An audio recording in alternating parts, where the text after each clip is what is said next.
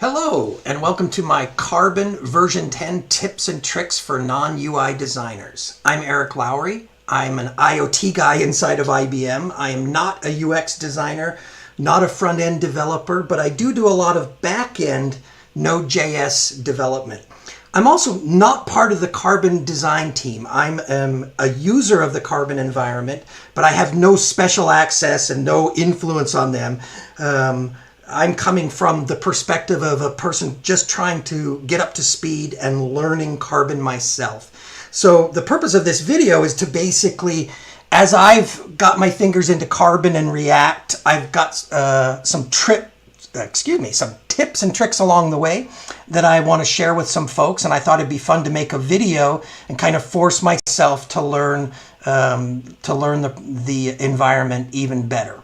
So with that, let's talk about what we're going to accomplish on today's 60 to 90 minute video. I'm not quite sure yet how long it's going to be, but this is going to be a long one. So hopefully there won't be too many mistakes and I won't have to spend a ton of time editing it, but we'll just see how recording goes. So first things first, let's look at a little bit about what we're going to cover today.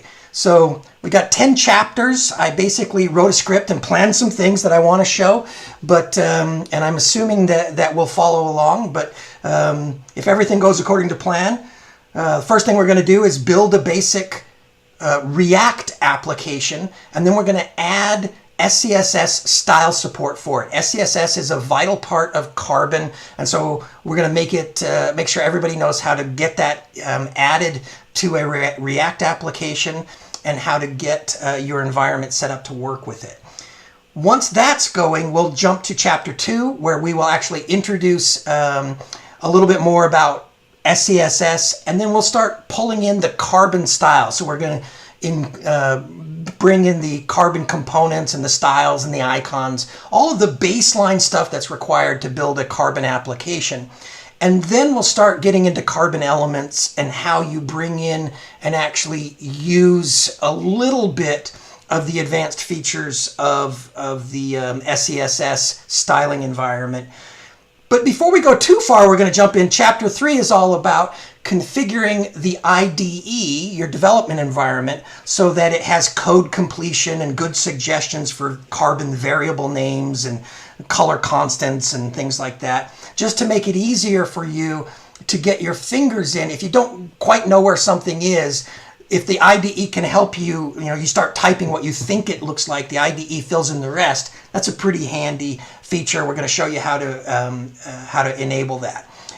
Chapter 4 is now we're going to actually start going and styling an application using the Carbon elements layout system, Plex fonts, the individual colors, IBM official color system, things like that. Chapter 5 is where we take what we learned up to this point and we build a responsive application. And by responsive, I mean this is a website that understands if you're on a mobile phone, you look like this, and if you're on a tablet, you look like this, and if you're on a desktop, you look like this. The idea is that your application looks good on every platform that your users are accessing it on. We're going to talk about that.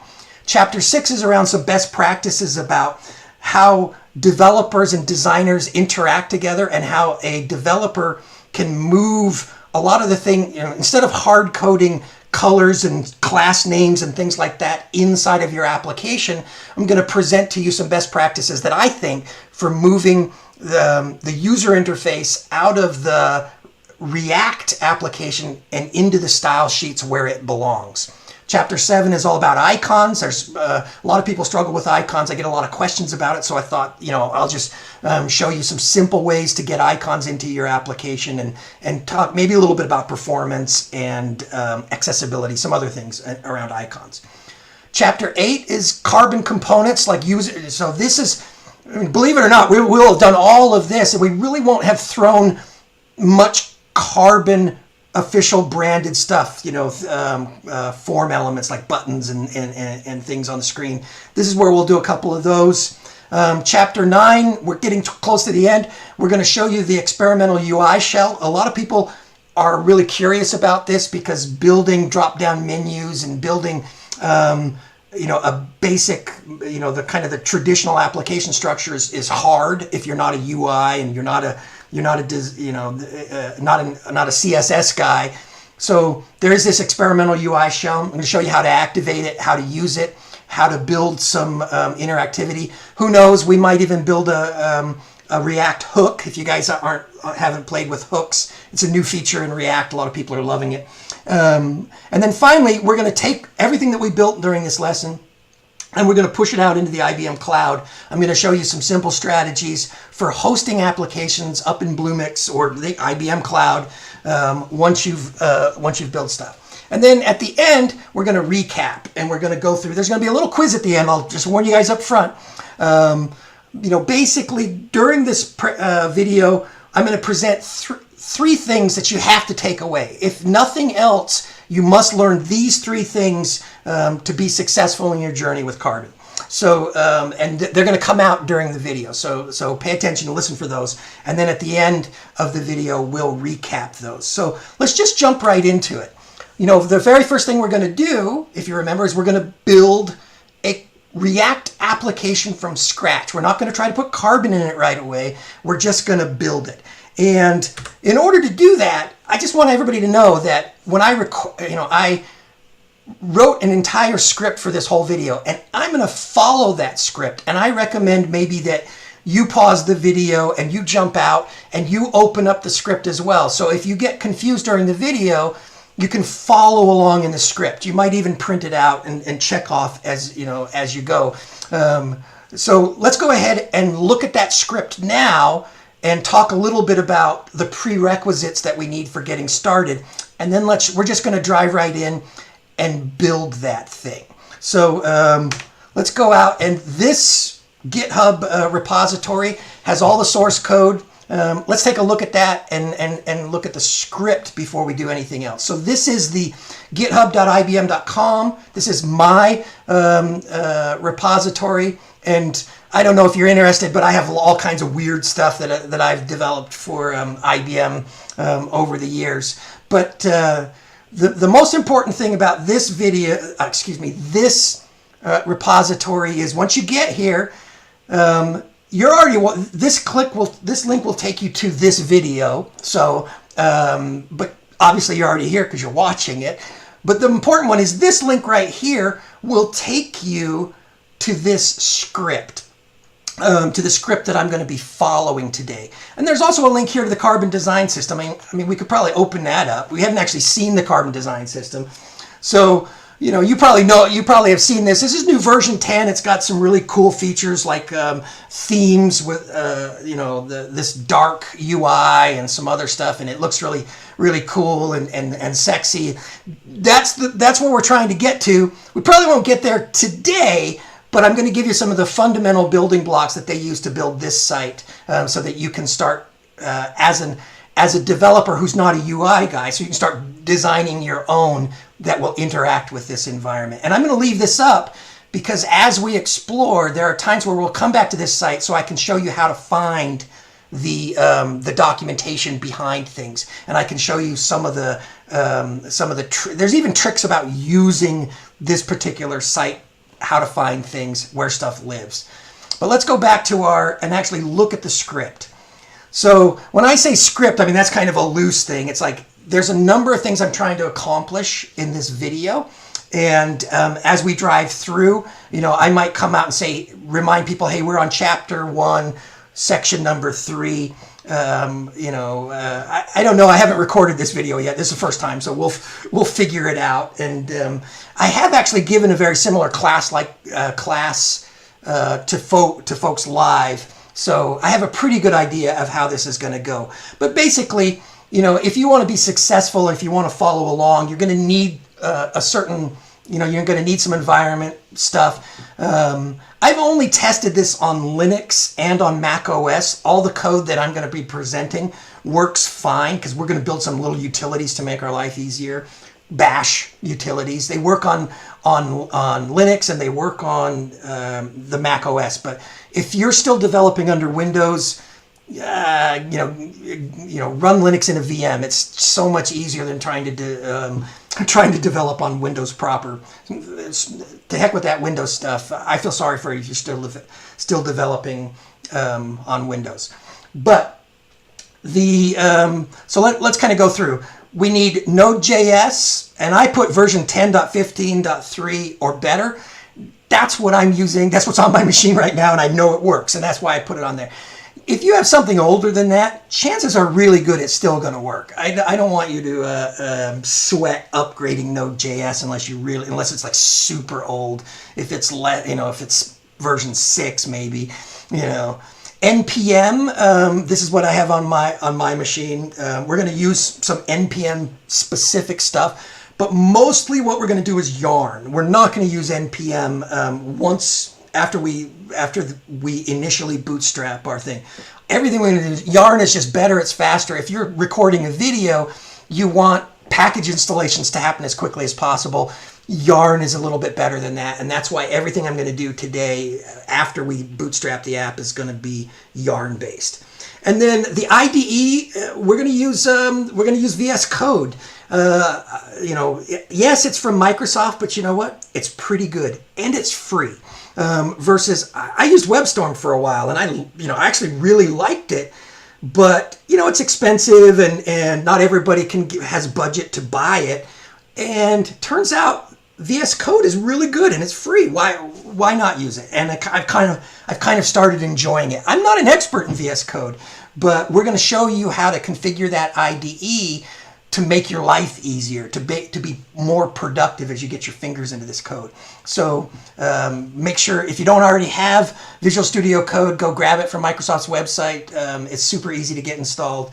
Pause the video, make sure all of these 4 prerequisites are in place, and then we'll start down this road. I'm going to go ahead and just grab my script. I'm going to drag it off to my monitor next to my. I have multiple screens. I'm only recording one, and I'm just going to start at step number 1, and we're just going to kind of work our way through the system. So let's, like any good application, any good environment, you're going to do stuff from the command line. I love the command line. I'm an old school Linux guy. I'm an Emacs editor to the core kind of dude. It's another reason I liked VS Code is they actually have really good Emacs emulation. So if you're a Vim, a VI guy, or if you're a Emacs guy, I'm surprised how good the Emacs emulation mode on Visual Studio Code is. That's another reason why I chose it. But let's jump out to our. We're going to go to our. Let me clear my screen, and I just created a directory under my home directory called Tuts for tutorials. We're going to go ahead and start at step 1, and let's create our first React application. No Carbon yet, just React. And it's actually super easy to do. We're going to use a package that basically bootstraps a real complete React environment. And that thing's called Create React App. So this is a bootstrapping set of scripts that will build us a fully running application as a starting point that we can just edit the application. We don't have to worry about getting it working. It's going to do a bunch of the heavy lifting for us. And what do we want to call our application? I'm going to follow my script, but really you can type any application. You could say my first React app, or you could say, just as long as it's a valid file name without, or folder name without spaces. So I'm going to call it Carbon V10 tips. That's what it says in the script. So we're gonna follow that and just let that thing go. I'm trying to do this video without a ton of editing, and that means I'm gonna make mistakes, and you're gonna hear ums and stuff in it, but that's fine. There will be times where there will be awkward pauses while we're waiting for something, and sometimes I can fill it in with chit chat, and sometimes I can't. This is an example of filling in. So the tool went out and created our directory. So if I do an ls-la, you can see that inside of my tuts directory, I have Carbon V10 tips, if I just CD in there, and you can see, you know, this is the baseline application that it created for us. Now, it said, hey, change directory into here and then run yarn start. We're not going to do that because we still have to add a couple things. And if we start the development environment running now, then we have to tear it down when we're done. And we don't want to do that. So I'm gonna add SCSS support, which is actually called SAS, S-A-S-S, but SAS is like an overloaded term inside of IBM. You start throwing around SAS, you say SAS this, SAS that, SAS modules. If you're an old school IBMer like me, I think, oh, software as a service, and I think managed services, and then I think Docker can, you know, it's like, there's too many terms. So I'm going to just say SCSS, which is the thing that we're actually trying to get. So in the, it's pretty simple. We're not going to use NPM anymore. That NPX, that was the only thing we used NPM for. Now we're going to use yarn to basically add packages and extend our application. So I'm going to do a yarn add node SAS. So node SAS is, I need to remember to press enter so it's working while I'm talking about what it is. That's the environment that gives us support for cascading style sheets that are intelligent, that have programmability in it. And the entire Carbon package, you know, is all the source code is in SAS, you know, is in SCSS. So it's nice for us to have it. And remember I said there's going to be a quiz at the end. Well, this is the first thing on the quiz. It's like, I don't know how many people, I've looked all over. I can't find anywhere where it says, hey, do this to make Carbon work out of the box with React. And it is, you need to create a file called .env, and it needs to have a directive in it to tell the SCSS compiler where to find Carbon. And it's just, it's funny. Once you do this, your whole life gets easier. So I'm just going to cut and paste the line out of the script. If you're following along with the script, it basically, I'm just going to paste this little chunk of thing in here. All that did is create this .env file. And if I cat the .env file, you can see it just says SAS _ path equals _ no. That's it. That's the first one. If you take nothing else away from this video, learn to do this, because it just makes everything work better once you've got the environment up and running. So now we can actually start our development, the actual development environment that for building out. Actually, I'm going to start my code editor, and I'm going to edit this particular application just so that it launches in the right place, and so I don't have to open up. And now I'm going to start the development environment. So what this is just a little container that serves our website that we're going to be building.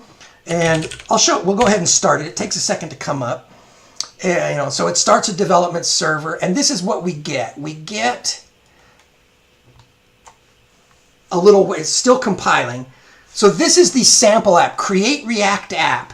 Built us a really simple little React application that just throws an SVG on the screen and makes it rotate and sets the background color and doesn't, this is it. This is the little chunk of code that we're playing with, and we're going to. But what's nice here is that this little is being served dynamically, and when we make changes, it'll automatically refresh the app. And we'll see some of that in as we go through. And so I already, like if you're following along, I already started step 4, start VS Code. I did that in the reverse order just to save kind of an extra step, so it opened in the right place. And now this is one of those productivity things. Before we do anything else, it'd be really nice if we can auto format our code just to make things consistent.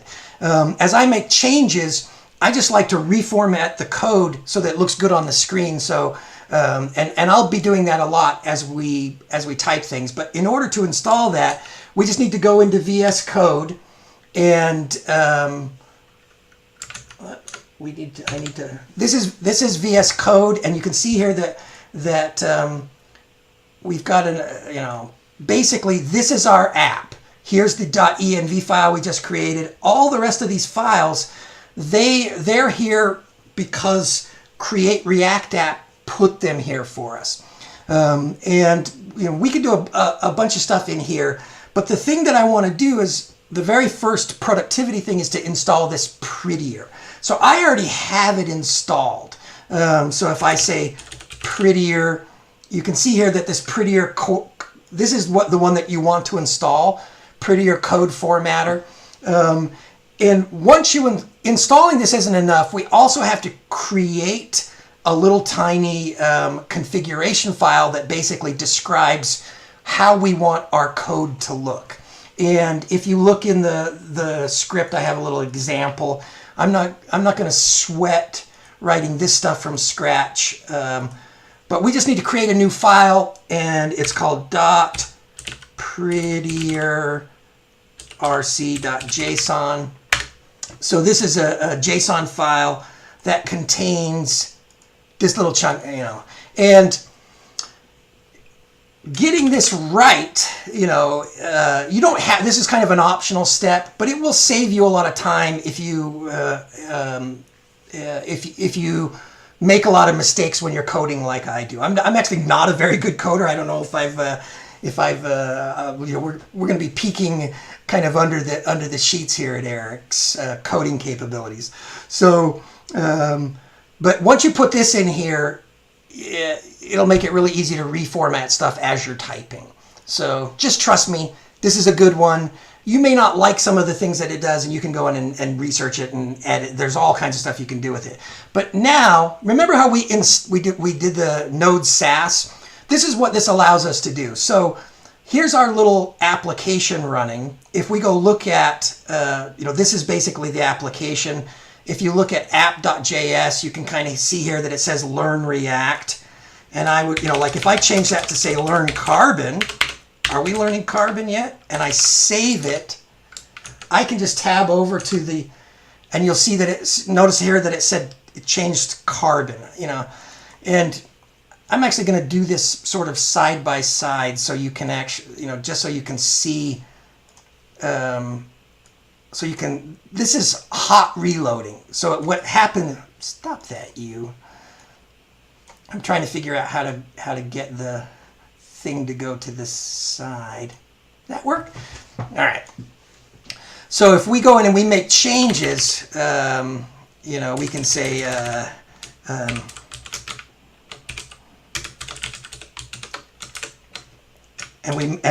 if I save my code, you can see that I didn't have to reload the page. I didn't have to do anything.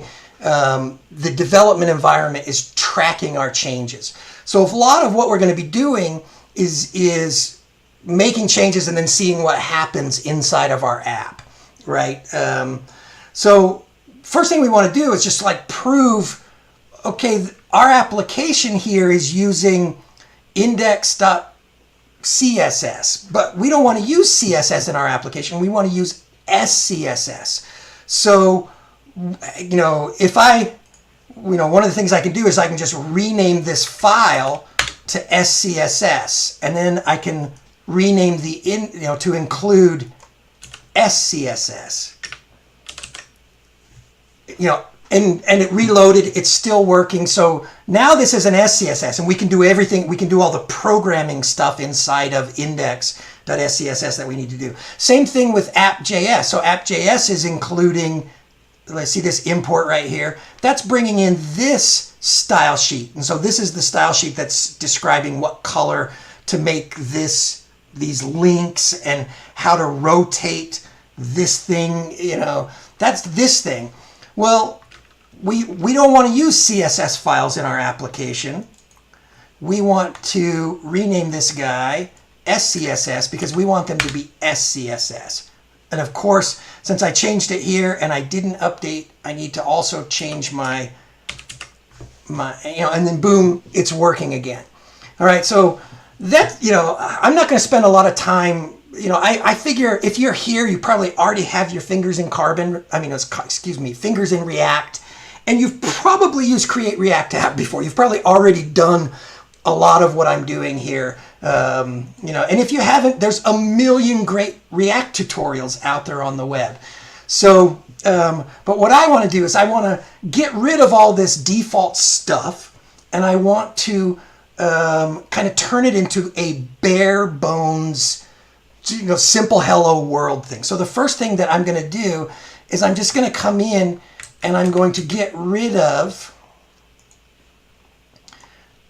and I actually want to make this guy, let me see if I can do this. I'm going to make our little application window smaller, just so that we can kind of focus on this code. I'm going to get rid of all of this stuff because I don't want any of that. And I don't need to import the logo. I just want a simple little div that's, let's just do a div that says hello world. And we'll save that.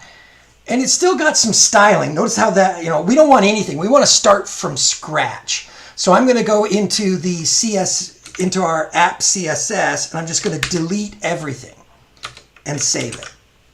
Oh, but it's still got a little bit of styling on it. You can see that it's not like Times Roman.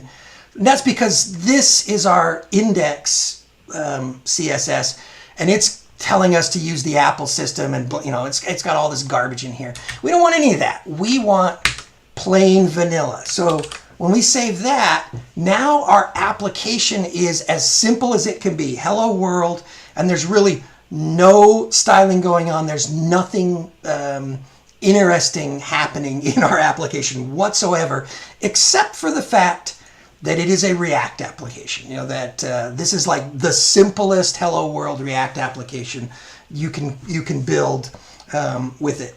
So that and so that's the end of chapter 1. We made it. Woo! Trust me, it starts going faster and faster once we get to chapter 3 and chapter 4. But these first 2 chapters are just hard. There's a lot of stuff we have to do.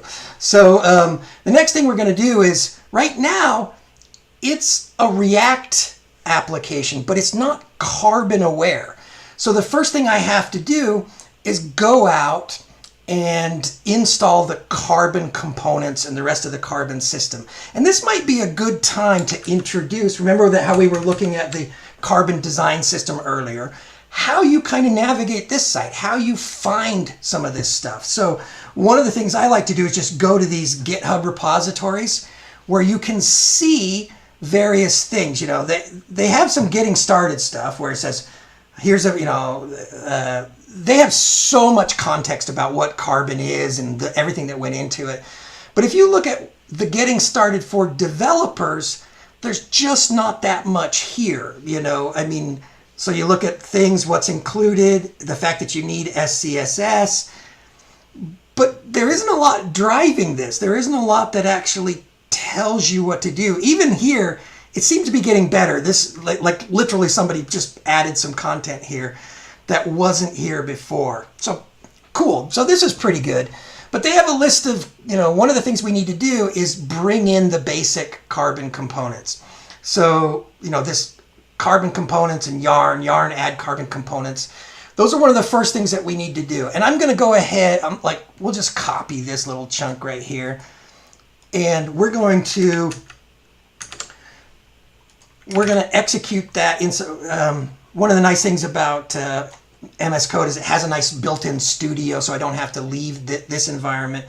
We're going to go ahead and bring in yarn add Carbon components. So that's pulling down Carbon components and injecting them into our package, into our local application.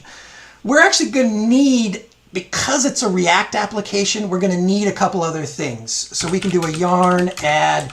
We're going to need some icons. So And by the way, carbon icons are just the icons to support carbon components. There's another package that gets you the rest of the icons. We'll pull that down in a minute. But so we're going to add the carbon icons, and we're going to yarn add carbon components react. So at this stage, we've actually have everything we need to start using carbon in our application. It's still kind of rudimentary, but let's go ahead and just activate carbon components. Now, the way you do that, if you follow these instructions and you go through the GitHub repos, there's a lot of different ways that you can do it. I'm going to show you how, kind of the simplest way that I found to do it. Let's make sure we get our app on the screen, just so that you can see the changes. So right now, I'm going to zoom in so you can kind of see that this is, that's Times New Roman. And we don't want Times New Roman, we want IBM's Plex. So activating carbon should give us Plex. So if I go to index.css, I'm going to import carbon components. Now, you'll see all kinds of shenanigans that you might see node you might see something like this, /node _ modules / carbon components, carbon -components / SCSS / globals / SCSS / styles.scss. So that seems like this. So this is the way we would have to, you can do it this way, which I don't know why, but it bugs me because none of the example code does it this way. All of the example codes just say import carbon. Remember that first thing that we had you do, the env file? That's what makes this work. The fact that we did this step means that we can, all the import statements that we're going to use match the documentation that's on the carbon components, the Carbon Design System website. So if it says import at carbon / style, / layout / SCSS / grid, all of that is identical. You can cut and paste out of it, and that's because we did that that first step. So another thing I should say is this particular, if you set up your application right, when I save this, it's now compiling carbon in the background. You can't really see it, but I mean, I guess we could alt tab over and watch it happen a little bit. So it's taking forever one time. And what's really nice, and you'll notice when it finishes, oh, hey, look at that. It's switched. That is now Plex. So now, and we could actually right click on and we could inspect this element and we can see that the, why is it doing it that way? I want that to be on the bottom. How do I push that on the bottom? Like that? Yeah.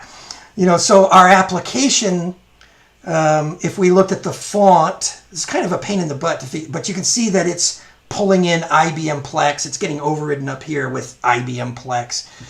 But,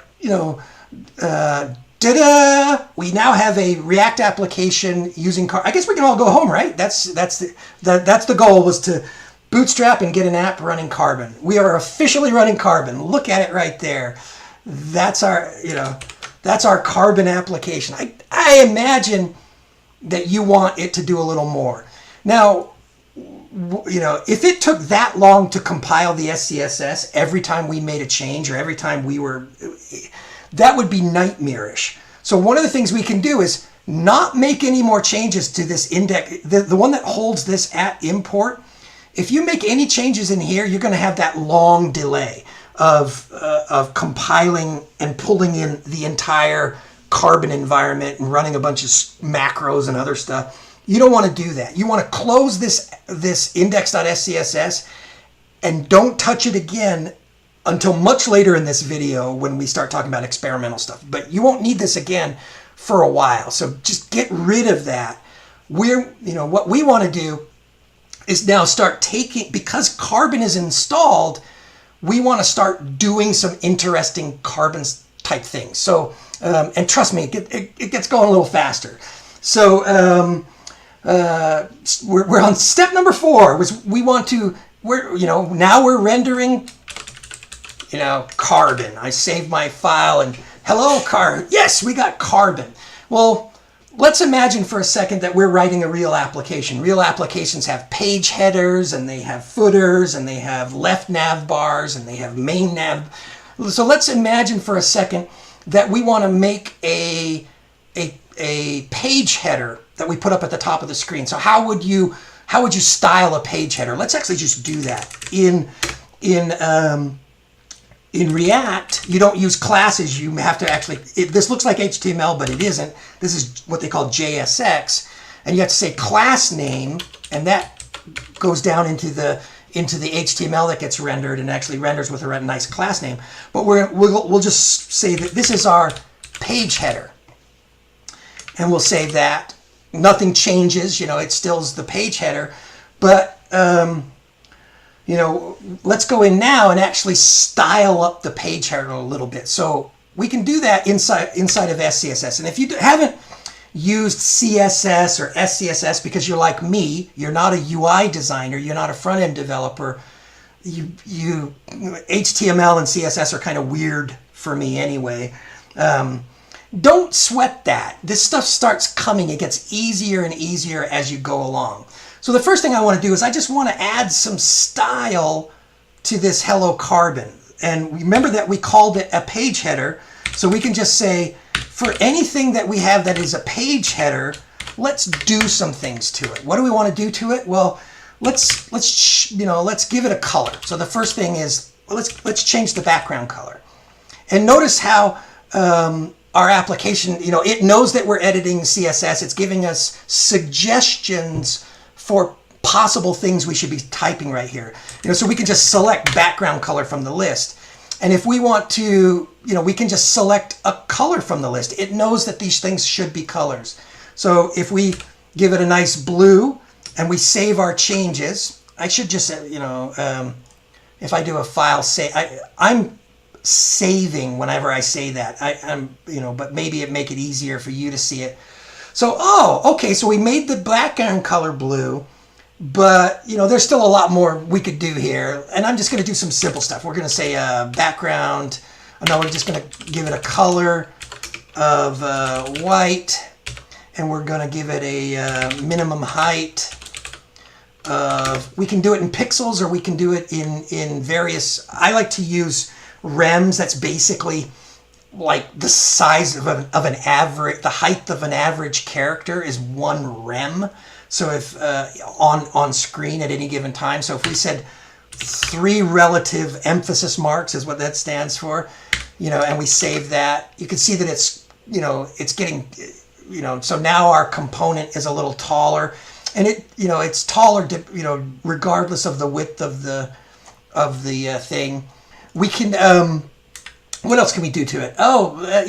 We probably want to, padding is always a thing that you have to, so we want to push it over by 3 rems, and we can use padding, we can use margin. There's lots of, when you're styling, the CSS guys are like, this is so stupid, come on, move on. But, like if you're a program, if you're not a front end guy, all of this stuff is like new. So I will push the top down. So if I save my changes, you can see that Carbon is now pushed down and over. It looks centered, but it's not. It's just pushed over. Okay, so close enough to the script. We got the right thing. So now we have we have a. I'm zoomed in. I'm going to put it back to 100%. So you can see here at 100% it's pretty small. We'll take it up to. So our app currently looks like that. So we now have a reusable kind of page header with some styles on it. And this is where style, like the UI colors and layout stuff, that should be in app CSS. It shouldn't be inside your app.js files. It shouldn't be over here. But, you know, one of the things that we want to do is, well, you know, if you notice this blue, that's just the browser blue. That's not the official IBM color scheme. We want to use an IBM approved color for our header bar, right? Of course we do. So we could just jump out to Carbon Design, you know, and we could go to guidelines, look at the colors. We could see, you know, here's our guide, you know, oh, okay, here's the, you know, an official IBM palette. It sees that, oh, hey, wait a second. We've got colors, you know, and we could grab the colors and hard code them in, but we don't want to do that. We want to pull in the official IBM colors. You know, so, you know, if we look at usage, this is actually about the theme. We're not going to start there. We want our list of colors. It's in here somewhere. Color. Anyway, what I'm going to do is notice that there's this, you know, here's how you get to the official list of IBM colors, where you can get to like $carbon blue 50, an official, you know, $carbon warm green, all these colors. You got a billion of them. So we just want to do, you know, we're going to follow along here. So it's yarn add carbons, yarn add at carbon colors, and then we want to import those colors into our SAS. So let's just do that. It's easy. So we would say yarn add at carbon colors. That's going to go out and grab that package and actually put it into our. Now there is, you know, there is a package of what they call Carbon Essentials or Carbon Elements. And if you install at Carbon Elements, it pulls everything down into your package, which I don't like because it replicates some stuff and you end up getting double, like when you're doing IntelliSense and code completion and suggestions later, you get two options all the time. I don't like it. And it's also, I don't know what it's doing. So I like to explicitly pull stuff in. So, you know, now we've added just the colors, that official color palette. So let's go ahead and import that into our oh, we need to pull back up this one. Okay. So now here's our app and here's our, so we want to do an at import, if I could type, and we want to pull in at carbon slash colors slash SCSS slash color. So that was that, you know, that came directly out of and if I save it, this is, you know, things like this happen a lot. You've got to make sure that you get color SCSS. You know, I'm making mistakes on purpose. Yeah, that's it. That's the trick. You know, so when you make mistakes, the development environment does a pretty good job of telling you what's going on. And so I like to leave the mistakes in. I'm not going to edit these out, because they're going to happen to you. So the problem here is it says, oh, look, it cannot find at carbon color, you know, in, and then it lists like where it thought it was going to be. And the problem here is I said color instead of colors. So if I just fix that and I save it, boom. Now I got the colors, but I'm not using them yet. So I just know for a fact that maybe I want an official IBM dark blue. I can say $carbon blue -70. These names are kind of a pain in the butt to type. If I save that, I don't know if you noticed, but it just went a little bit darker, you know. And the same thing with there's an official IBM white, and it isn't white. It is $carbon white 0, believe it or not. And so now, it didn't look like it changed much, but this is now using an official IBM colors, official IBM. And if they ever changed out from under you, hopefully they would adjust. So, we can pat ourselves on the back. We are now actually using real live carbon stuff inside of our application. But here's the problem. We haven't activated IntelliSense. We haven't activated. Wouldn't it be nice if you just started typing blue and it said, hey, I've got $carbon blue, I've got blue 70, blue 60, blue 20, I've got $carbon, you want it to fill those things in for you, give you suggestions. Now I'm going to show you how you actually activate that. That's chapter 3, by the way.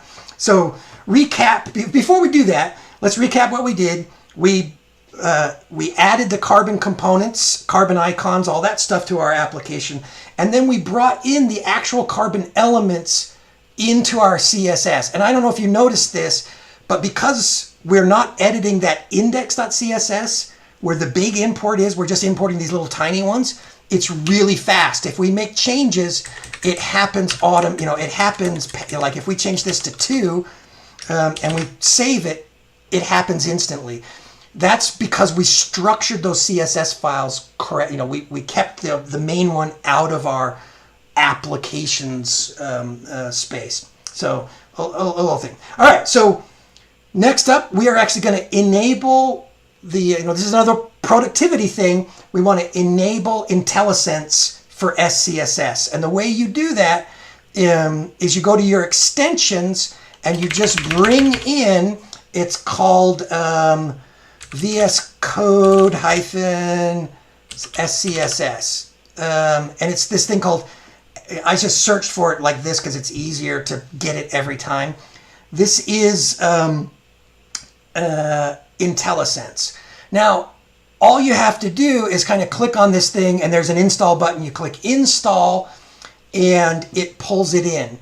But the problem, and I tried there's several different ways you can try to add this capability to code. To VS Code, our IDE. This is the best one. It's one of the most popular. I mean, it gets downloaded. This is a monthly download. It's 5 stars. This is a good one, but it doesn't find our stuff automatically. So I had to go in and actually create, create a little helper function to get our SCSS in a place where this tool could find it. And it's kind of clunky, but it's better than nothing. And it'll 100% will improve your productivity. So first, come in here and make sure you install SCSS IntelliSense. We can put that away. We don't need that one anymore. But we're going to actually create a script to help give information to IntelliSense. And anytime we import @carbon something, we just run this little script, and it's a one-time thing, and it populates our development environment. So we find that here. We're going to build that script here in this package.json. Package.json is the wrapper for our whole package, our whole application that we're building. And I'm going to get rid of this. So we're editing our package.json, and I'm just going to add a new script to the very end of this. And I'm a Unix guy, so it's like rm minus r, removing directories recursively and copying stuff and using rsync is pretty natural to me. We're going to create and so I'm going to show you this here in a second. We're going to call our command copy SCSS. It's just going to make a copy of those SCSS files into a temporary directory, so that IntelliSense can find them for us. And then, we got to put a comma on the line above it. And then, because we're going to run this command over and over again, every time we run it, we want to rm minus rf @carbon. Now, that's the name. We're going to put it into a directory called @carbon. That helps. We're going to run this long rsync command. So rsync is just like a deep recursive copy. You can use it like a recursive copy. It's like a CP minus R but it has a lot more features. And so we're going to recursively copy, and we're going to prune out empty directories, everything that's in .node, node modules, /@ so we're going to grab everything in @carbon, but we only really want to include files that end in SCSS, because there's tons of other stuff in there. There's license files, there's all kinds of stuff. We don't need it, so we want to then say we want to exclude asterisk dot asterisk, and we want to explicitly exclude the one file that doesn't have an extension that's out there. All right, so that's our command, and I don't recommend typing that in. I recommend you just copy that from the node repository, from the script, if you're following along.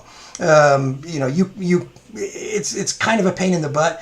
In fact, I'm not 100% sure that it even worked. So I'm going to save my package.json, and I'm just going to run that command now, because you can run it anytime you want. I'm just going to do yarn run, and what did I call it? Copy SCSS. No. Did that work? It did work. Okay, I'm just a bonehead.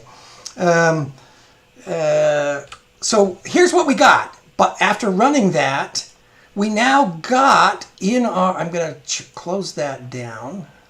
No, this did not copy to the right place. I'm going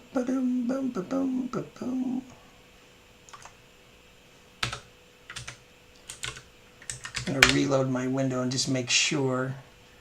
Yeah, no, that didn't work right.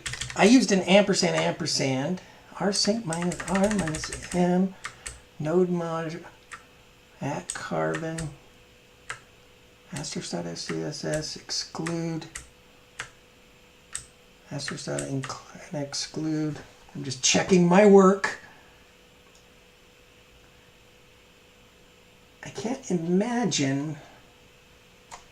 There are some slight differences between Mac OS and between Linux, and I actually wrote this little piece when I was on my Mac so maybe it's the bash command. Let's try that.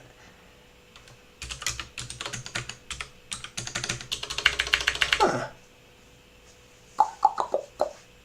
Still not working. Okay, I'm going to try one more time. I'm just going to cut and paste my actual command. Maybe I'm just fat fingering this somehow.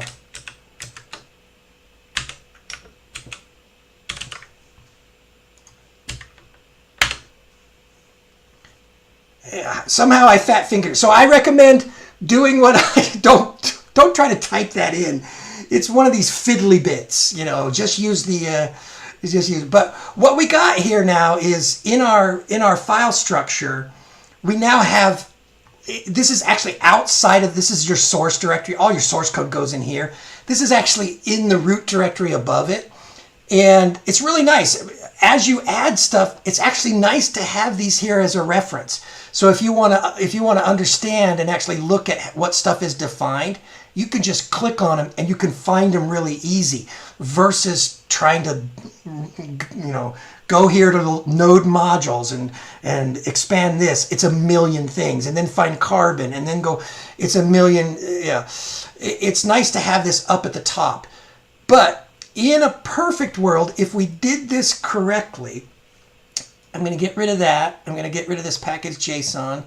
Is now, if let's say I want to, let's say I had, this is, we were back to what we were before. Let's say we had blue, we had blue violet as our color. That's clearly not an IBM allowed color. And we said, well, I really want to make this a blue, or a dollar. Let me do dollar blue. Oh, look at that, dollar blue. I can do dollar carbon. And now I have suggestions, so instead of remembering exactly what I can just type $CARB and then just select from the list the thing I'm looking for. That's really nice. And this is going to come in handy all over the place, because as we add more and more of the carbon elements to our project, this is super handy. And occasionally the editor doesn't pick, if you run something, excuse me, if you run something down here like yarn add at carbon slash, grid, it doesn't actually pick it up sometimes. This is an editor thing, and it seems to work better on Mac OS than it does on Linux for some reason.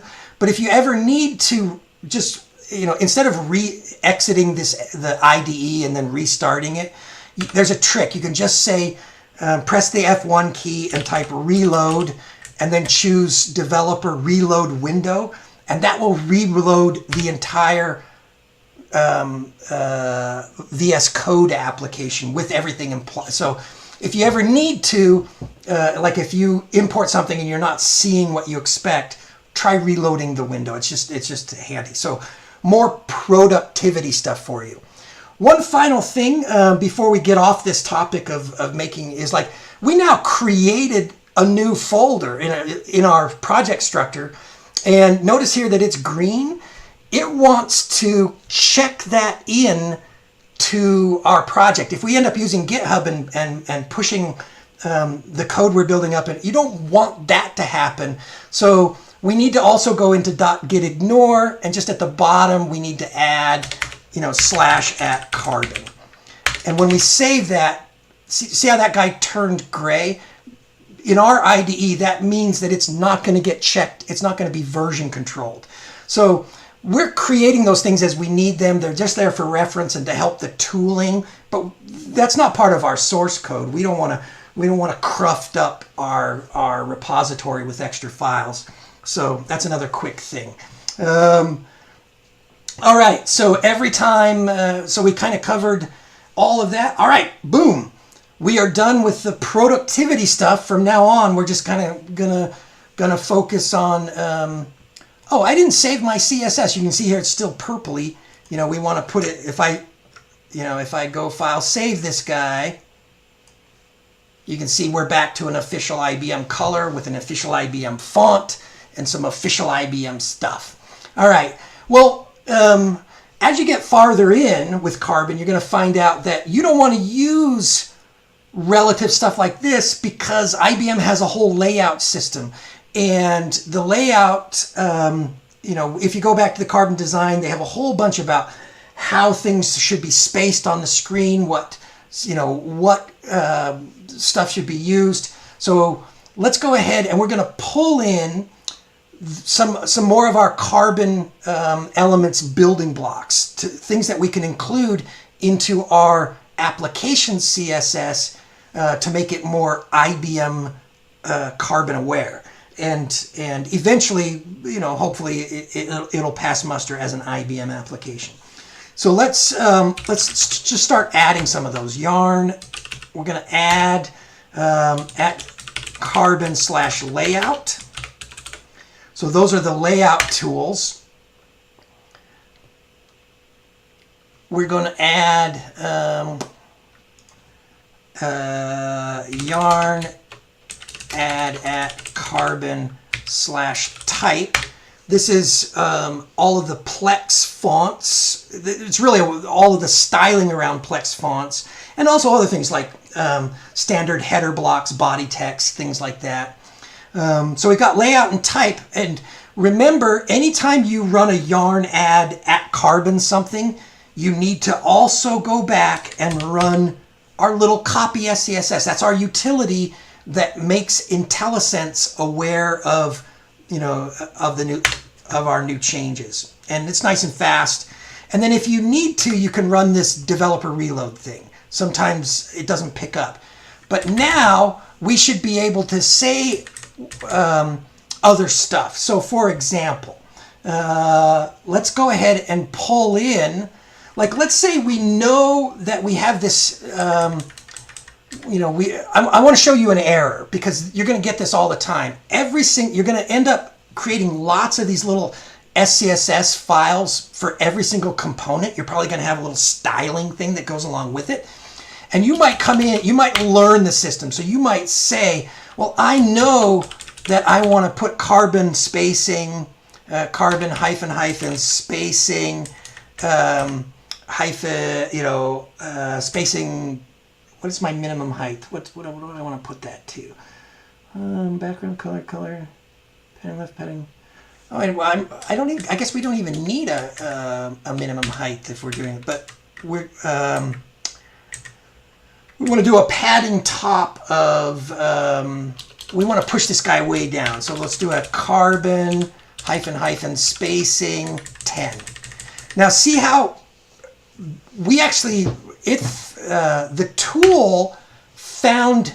We know that carbon spacing exists, and see, it's giving us some cool little layout stuff here. It's saying, hey, this exists in this place. It's it's inside of this file, but we didn't actually include that. So if I save right now, it's going to fail because you have to explicitly import in every single SCSS the pieces and parts that you're using. I like that. I like failures because when you start building testing and other things, if your app just ignores everything, you don't know if you really have what you need or not. So it's saying, hey, before you can use spacing, we need to import carbon layout / SCSS / spacing. We need to pull that spacing in.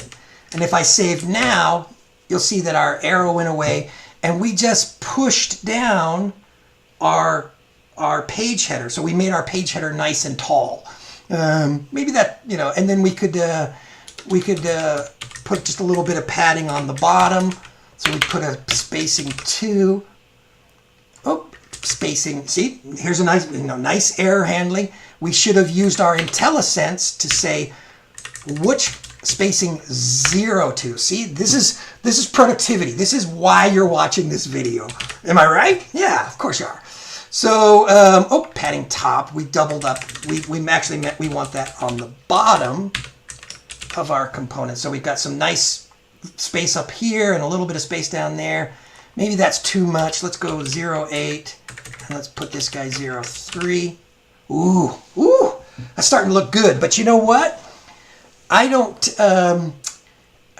we haven't changed this. This is the default font out of the box, and we can go in and if you know SCSS, if you're good at and things like font faces, font weights, font sizes, you can just go in and hard code that stuff. So I can say, well, I want to bring in a font family, and I want it to be,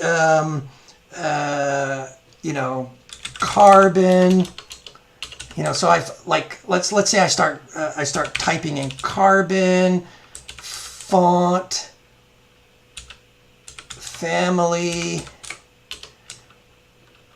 and so now it's say figure out, hey, you actually mean a function. Well, that require, this is asking us to fill in the name that we want. So we could say carbon, and we could say we want the sans font, and then we want a font weight of carbon hyphen hyphen font weight, and we want it to be a nice semi-bold, so we want it a little thicker than what we have right now. And then we want the font size, we want to increase the font size. We want a heavier, meatier font up there. We want a meatier version of Plex. So we'll say size, and we want to carbon hyphen hyphen type scale. Now, anybody who's played with this is probably like, Eric, if you save this, it's going to barf because you didn't import all you've brought in is colors and spacing. You haven't brought in anything about types or fonts or things like that. So if I saved it, of course it's going to, did I save it? It did, yeah. So this is one of those weird things, like these functions don't exist, so it didn't change anything. It didn't actually cause an error, but it didn't affect it. So sometimes you're still going to have to go in and figure stuff out.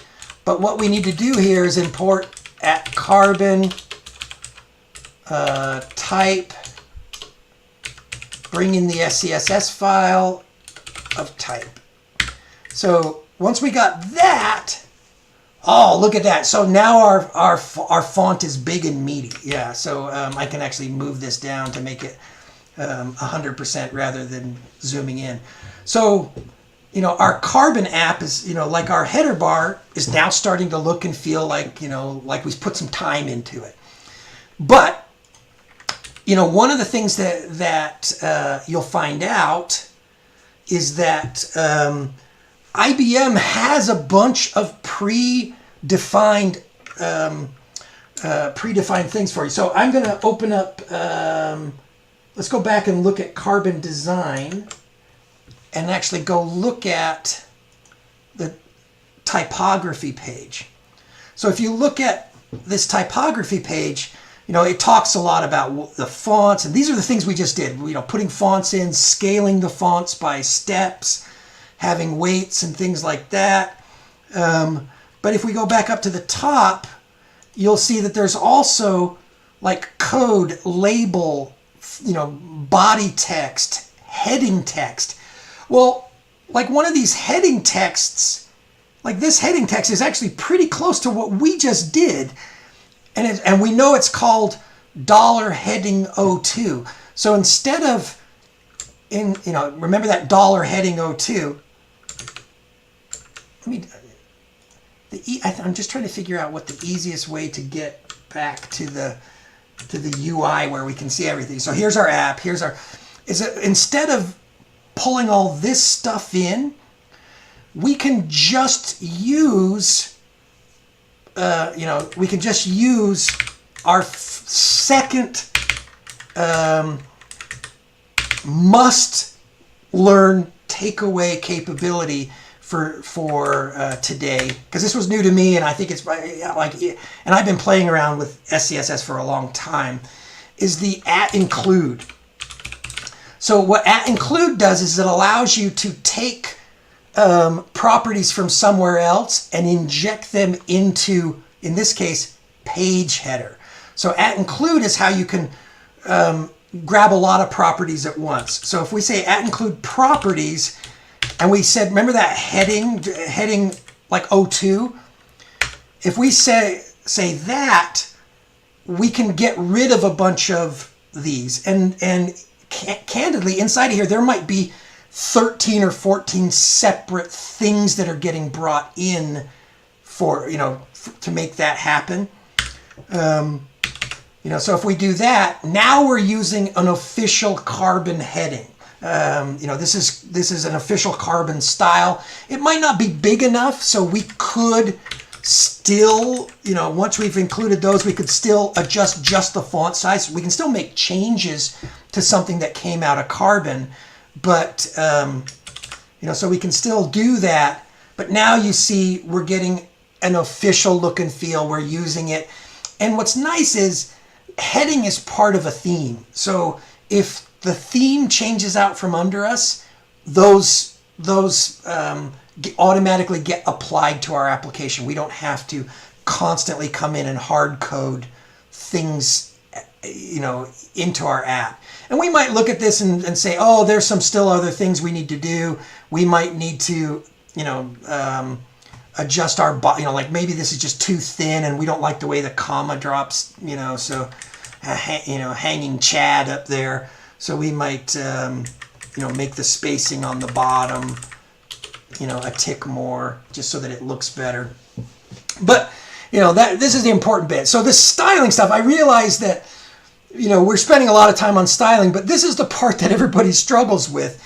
And I'm not trying to make you an expert in SCSS or even CSS. The important thing to understand is where this stuff gets put. And it's so that you can interact, you know, eventually if you're a developer like me, you're going to get a UI guy who drops in with a parachute and tries to fix your code. And if you structured it, you know, who's going to try to fix your UI, and he's going to work with a designer who's going to send him he's going to like make up a sketch mock-up and he's going to throw it over the wall.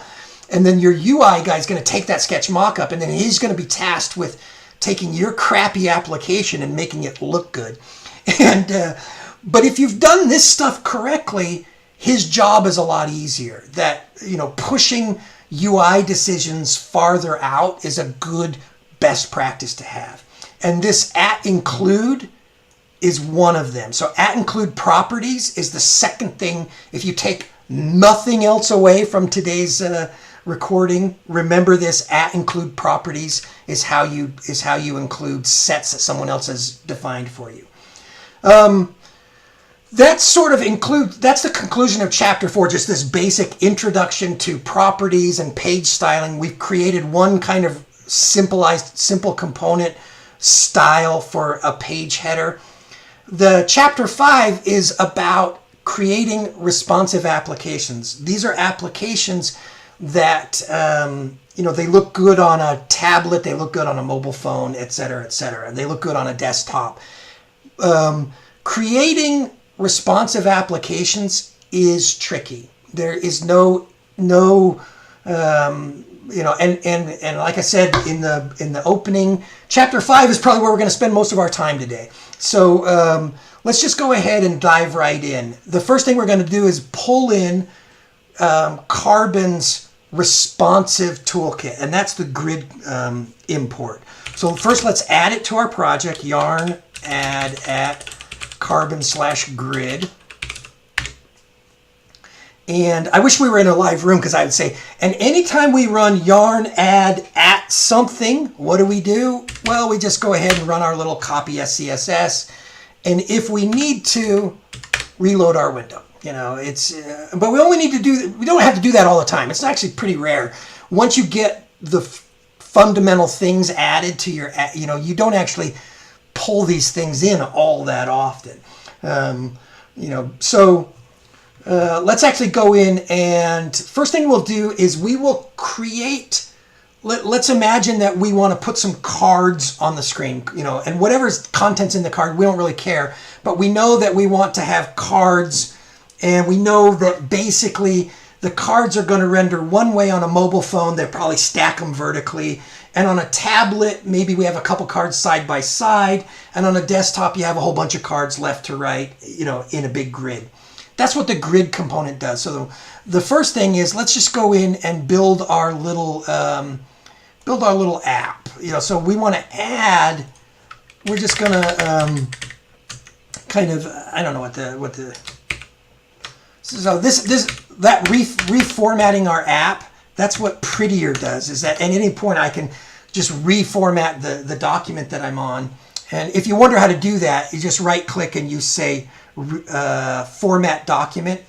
So the key binding that I'm using is Emacs, so it's Control-Shift-I. On your environment, it's going to be specific to whether you're on Mac OS and what key mapping you have, if any. I don't know what it is. I've gotten so used to Control-Shift-I. So, but let's go in and just create a little app. So, almost any time that you want to create a container of things, you probably throw a div up and you give it a class name of something dash container. The naming doesn't matter here. It's nice to So we're going to just build a cards container, and that's just so we can put some styling later on. You're really putting this in here so that your designer can come later and make things look pretty. But, for the purpose of today, we are the designer. So once we have a cards container, we probably want to have, we want to add some cards to our container. And then we want to basically, we want a thing we're going to call the card itself. So let's, and we need a bunch of these. The reason why is laying out grids is tricky, and we need enough so that you can see a couple of the bugs that happen when you're working with grids. So I'm just going to use my fancy doodle editing skills, and I'm going to create 16 of these, just so we have enough of them on the page to kind of play with. So we got 2, 3, 4, 5, 6, 7, 8, 9, 10, 11, I probably could have pre-populated some content here, but I like to do it live. You know, we're coding. Look at us. We're coding up in here. All right, so now we have a bunch of our card components. And I'm putting, you know, like card in double quotes. You know, so it's real. Oh, we introduced a typo. Look at that. Yeah, we got to make it look right. All right, so here's our, you know, we have a cards container that's holding cards. And so if we save that, we haven't added any styling, so it looks pretty dumb. You know, they're all in their own divs. So these are our cards. They don't look all that impressive right now. So what are we going to do? Well, we're going to style them. Now, we could put this in a separate file, but I'm just, for expediency's sake, I'm going to come in here and we're just going to create some nice styles just underneath of our page header. So the first thing, like, it's pretty clear we need some white space between our thing and the bottom. So we could, you know, we could push our cards container. You know, we could just give it a margin top and give it our spacing. These spacing, you know, these little, you can do dollar carbon hyphen spacing, or you can use a shortcut. You can just say spacing 10. I don't think it really matters. I think, you know, you should probably be consistent if you're going to pick one, if you're just going to, you know, be consistent, but I'm not a big fan of typing dollar carbon hyphen every time. So, you know, but just if I save my changes now, cards, you got to get it right, cards container. So we push some white space down.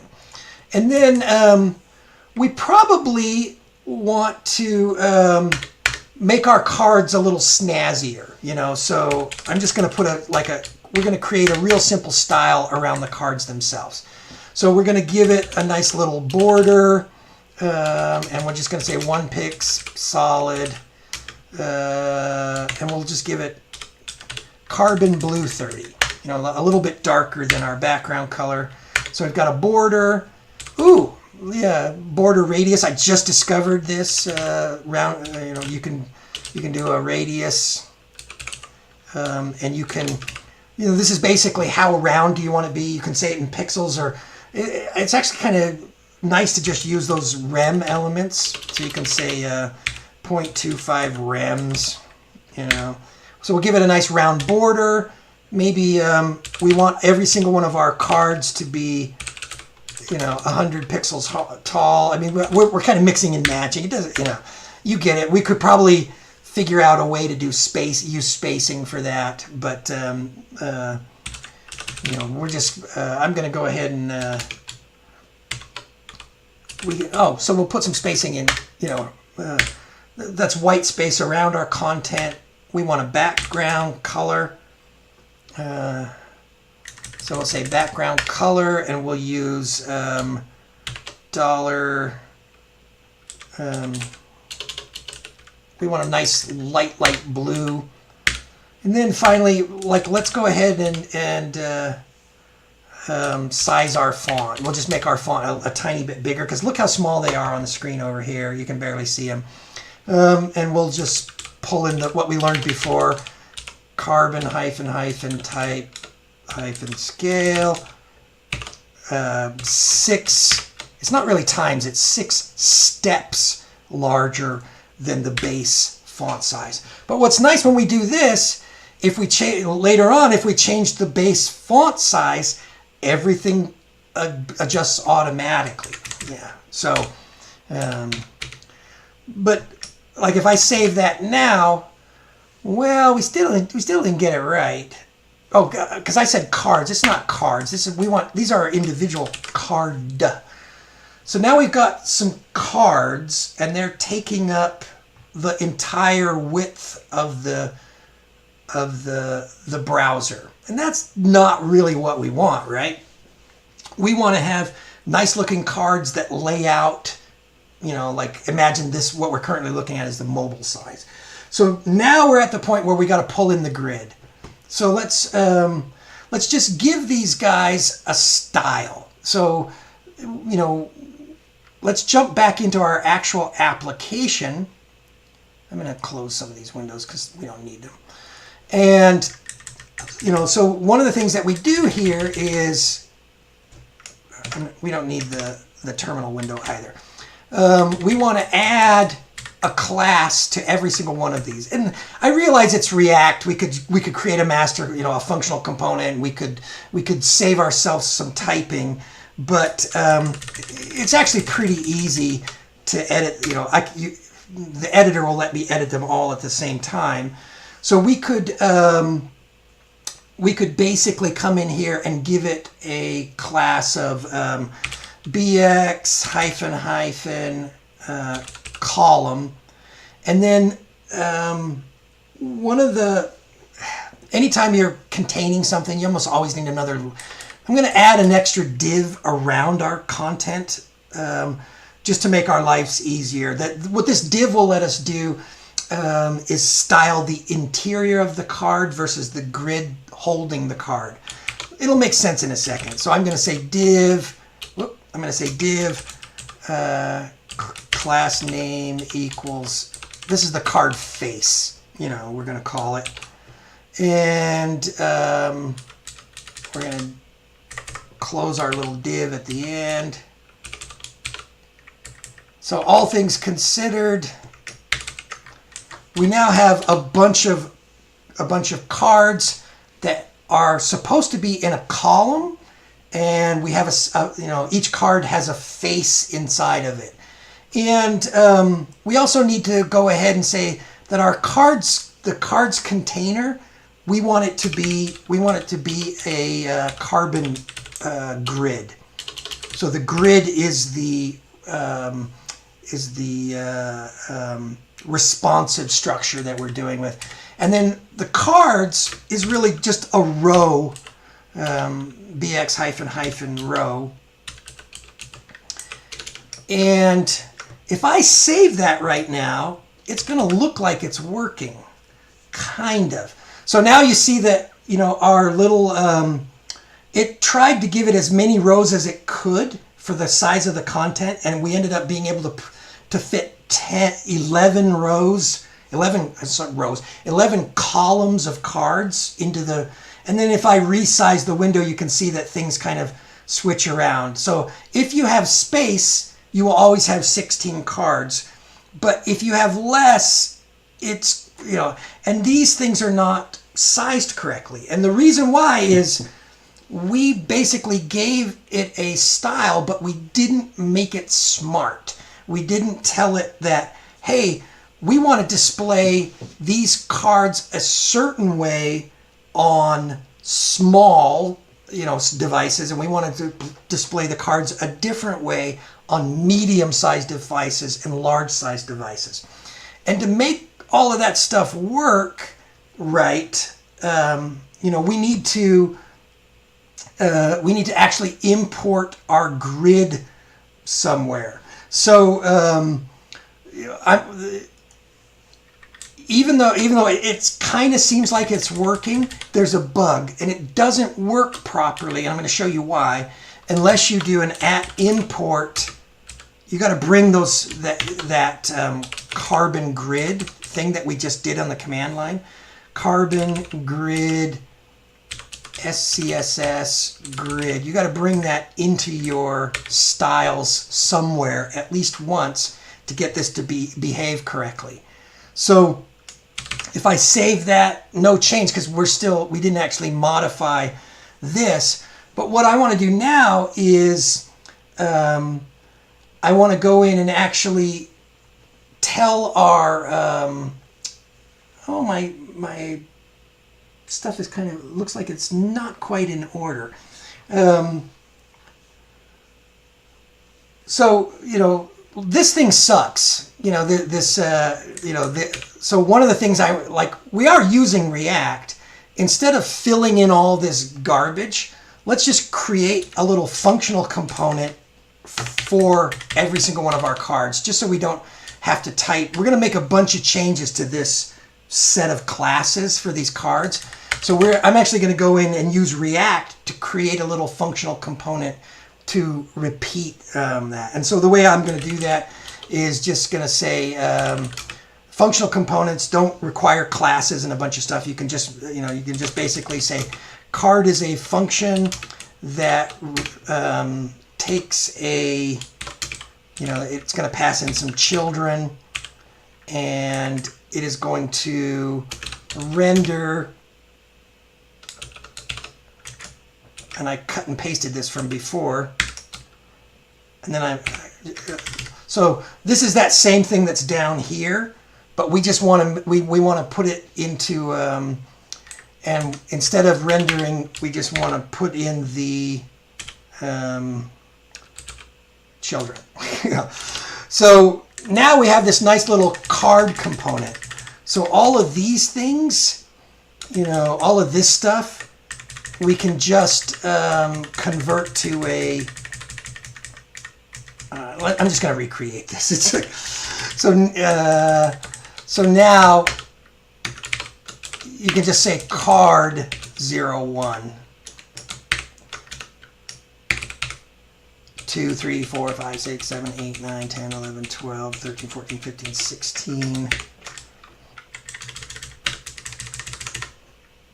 2, 3, 4.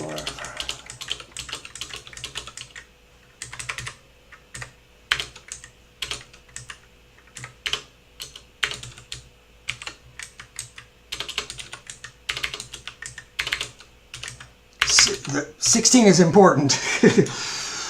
You'll see. All right, so now cards.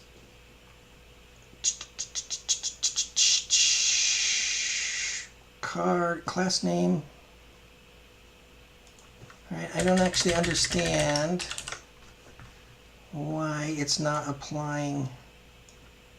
That shouldn't have actually changed anything. We didn't change it. So what am I doing wrong? Card BXX column. Oh, I copy fat fingering. I got rid of the class name equals our cards, which is actually BX hyphen row. So Eric, in his, you know, I was overzealous in editing my, man, must be getting late. It's 6 o'clock my time. I'm doing this. It's turned into night. So we just need to close that div. All right, and we should be back where we were. Okay. What in the BX row? So we got. Okay, yeah. So cards. All right. So that's where we were. Sorry about that little interruption, but it means that we can do things like. Now we can easily say, well, every single one of these cards, I want it to react in a certain way on small devices. I want our cards to take up one column on a small device. Well, what happened there? So our grid component, when you're on a small device, it says, well, small devices can only have up to 4 columns. If you go from a small to a medium device, you get more and more columns. But the challenge we have here is that we only defined the columns for a small. So it means we get the same, we get those 4 columns for every size. So in order to actually do the responsive stuff, you need to tell your application at other breakpoints. What, you know, so like let's say medium, these are tablets. On mediums, we want it to take up 1 column, and on large devices, we want it to take up 1 column. If I save that, now you're going to see a difference. So small devices have 4 columns. Medium devices, this would be like the view on a tablet, it has 8 columns. So you can see if we have 16 cards, we get 2 rows of 8 columns. But if we go all the way out to a large, now we get 16 columns. So you can see this breakpoint happen as we resize. It goes from 16 columns to 8 columns to 4 columns. That's responsive. Woohoo! Everybody can clap now. This is one of the hardest parts of, is building these kinds of reactive applications. So when we're building our little, our little components, we might want to do other things with them. We might want to, let me see what we're there, nothing. All right, so if we want to change the behavior, like let's say we think these columns, because we're going to fill these up with a bunch of graphics. On mobile devices, maybe 4 columns is too small. We want to say on mobile devices, we really want 2 columns of cards. Well, that's actually really easy to accomplish once you know what you're doing. So what we're saying here is wrap every card as 1 column. I can just say take up 2 columns. If I save that, you can see now we've got 2 columns of 8 rows so now, but when we go to a medium, we still get these small, so we may say, well, maybe on 8 columns, maybe we also want that to double. So you could change that. And so now at the medium, we're going to get 4, so now we're going from 2 bigger columns to 4 bigger columns to 6. So that, so we could even double those, and we could say that those guys are doubled as well. And so now when we resize our app, I didn't feel like it worked right. Let's try that again. Save. And when we go to, we go to medium, large. Oh, so here's our small, here's our medium, here's our large. But guess what? There are more styles. There's an extra large and a max. And if we go even farther, we might hit the extra large and get, we didn't. Because it always applies upward. But, this is responsive. And if we wanted to say on really big screens, show it this way. Maybe use some strange thing. But remember when I said that there's a bug and that in our app CSS we needed to include this? I'm going to show you the bug. But in order to make it easier for us to visualize what's going on, there's a little trick. I went ahead and I wrote a little snippet of SCSS code that if you just copy it into your SCSS down at the bottom, what this will do is it'll let you put on the screen what the current breakpoint is. Because once you start messing with columns and you're changing the number of columns, it's not always obvious what the heck's going on. What breakpoint am I currently looking at? So when you're developing responsive applications, there is a trick. You could use the developer tools to go in and look. But once you have this little snippet of code right here, you can, you can basically use it like this. You can say span class name equals, and you just put in this class name. It is current breakpoint name. So this is how you use this piece of code. If you put one of these in your code, so like between the grid and the page header, I'm just going to paste one of those in there. And if I save it, where is it? Span. I think we need, it's there, it's just off the screen. And I don't want to deal with sizing it, so I'm going to do it like that. Oh, you actually have to save your, code. Yeah, so when you make changes to the SCSS file, they don't show up until you actually save it. So let's put this back where it was, right underneath the page header. Right, so now you can see that we are currently at a breakpoint for small devices. That's this so this is the style that's being applied. As we drag it across, when it becomes now it's this style. And we're looking at this, the breakpoint is the MD medium. if we were to go back to the Carbon Components web page, they have this really good explanation of layouts and grids, and it's amazing. It's got videos. This is what the thing that we're talking about right here: fluid grids and flexible grids and dense grid. This is what we're styling. And this might look like this is what we just did. Is all of this stuff. So these breakpoints: small, medium, large, extra large, and max is the biggest size we map to. You can see there's a lot of stuff going on, and they have a nice little video. We're not going to watch it, but deep inside of here, there's a thing that says if you don't include the grid component, at the large size, it uses a different number of grids, a different number of columns. So this is literally a total pain in the butt, and it will bite you every time you start if you don't remember this. This isn't one of the three things, but it is absolutely, if you import this grid so remember we've got 2 columns, 4 columns, and 8 columns. That's all the documentation talks about grids that double to.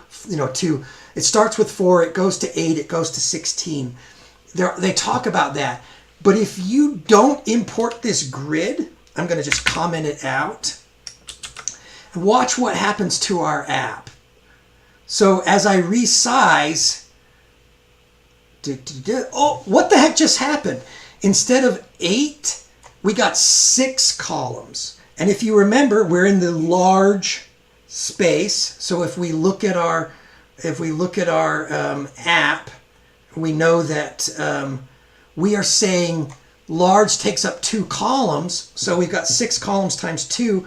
Wait a second, this is 12 columns. So this is a bit of there's this thing out there called Twitter Bootstrap, which is it's a thing similar to Carbon Components that Twitter made and open sourced. And a lot of designers got used to Twitter Bootstrap, and Twitter Bootstrap uses 12 columns. I feel like this is an artifact. They should get rid of this. Some developers can come from the Bootstrap world and they haven't learned Carbon, so they just assume things work right. Well, so anyway, I think I probably, I get a little preachy sometimes, but ugh. So if you want, and this will 100% come and bite you on the, bite you in the middle of your development cycle, is you will forget to import this grid component, and in the middle of, it works great on small devices and it works great on large devices, but it looks like garbage on tablets, or in between. So, and you'd be like, what is going on? And it's all about this. It's about these, so always remember to import SCSS grid, and then your grids behave correctly. All right, so I just wanted to do like one other, before we jump off of this, we could do just a little bit of styling about, did I not put the style? Do I not have styles? So we've got cards, we've got class names. We never styled the face of the card.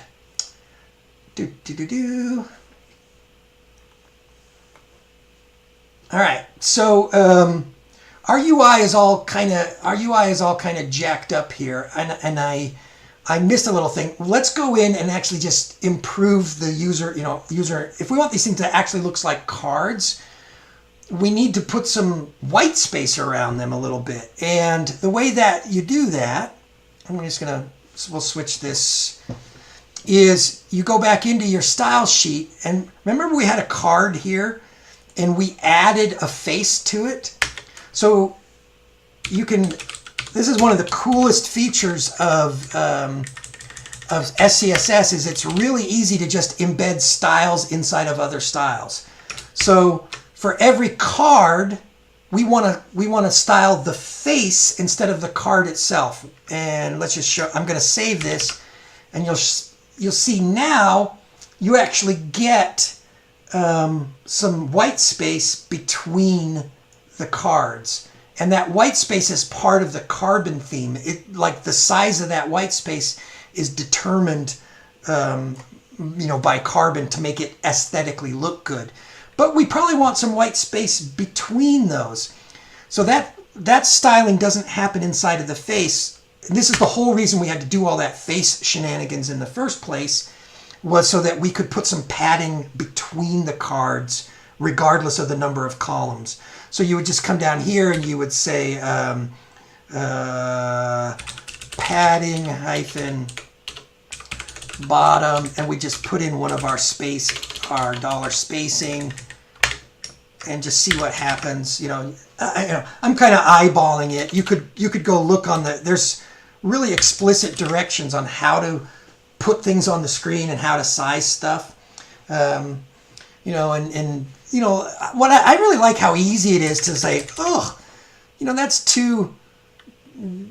Those are too round. We actually want to do, we want to make that 0.2. Ooh, still too round. Let's make 0.15. Perfect. Very subtle. I like it. I fix these little rounded corners because sometimes I fall into my own trap. I'm kind of anal about things. All right, so that's all I really wanted to show about reactive. So we now have some reactive stuff. I gave you a little utility to help during development to put, and then you just get rid of this, or you can actually show it when you're developing, but not in production. That's the easy stuff to do in React. But let's go in now and, chapter 6 was, moving the UI out of your application and into your style sheets. So what is the problem? So if I look at my app.js, I am a developer, not the UI guy. And I just want to put cards on the screen. I don't want to have to understand all of this garbage, as a UI. I only say that. I say that lovingly as a non-UI developer. I don't want this grid stuff in there. I want to let the designer or the UI guy. I'm playing a front end. I'm imagining that front end developers and UX developers are probably two different people. If you're lucky enough to have a UX developer and a designer, and you're just the front end guy. I don't want this stuff in here. This is user interface. This isn't this isn't my application. This is just rendering stuff. I want to be able to get rid of that. And I'm just going to put that in a comment so I can see it. And I don't want these grids in here. And I don't want these rows in here. I just want to say, hey, I'm putting cards on the screen. I'm wrapping it in a container. I'm putting things inside of other things. I just want, I want the UI guy to take care of that. I don't want this code inside my application. So, and luckily, because the Carbon team chose SCSS, it's actually pretty easy. And we're going to introduce the third thing, the one thing you must take away, if nothing else, is this notion of @extend. That's how you take these types of classes, BX grid, BX row, and you embed them into your own, into the style sheet instead of your application.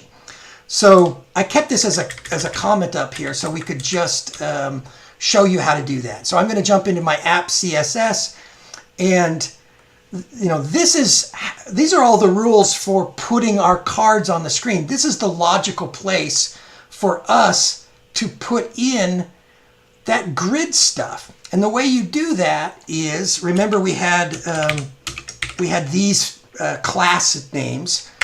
You use @extend. This is the third thing that you must take away is @extend. And you will say, for this class, I want to take column 2 and I want to embed it here. I want to extend my card and bring the class in. And I want to do these other ones as well. You know, so I'm defining the behavior for my component at these different breakpoints. This is the, you know, and like, once again, if you take nothing else away, getting this stuff out of the app and into the style sheet is the important thing. So if we remember, we had a cards container. This is now our at extend. Our cards container was our grid, at extend.bx. So we're pulling in the grid. And grid actually takes a bunch of other stuff. So we could do condensed grid. We could do different kinds of type flows and stuff. But you get it. And then we didn't even put a style on it, but we also want to do our cards container. We want to extend that with .bx. This is our row. So if we look at our app, we now have, our app is now, we've got, card container, which has a set of cards, which renders cards. And the cards are real simple. They have a class name of card, and the interior of every card is called the face of the card. That's an acceptable compromise. You don't see any, in my code, I'm not worrying about what are the breakpoints, what does it look like on a small screen, what does it look like on a medium screen. That's the UI guy's job. So I'm going to save that, and I'm going to jump out here. The UI guy fills these things in here.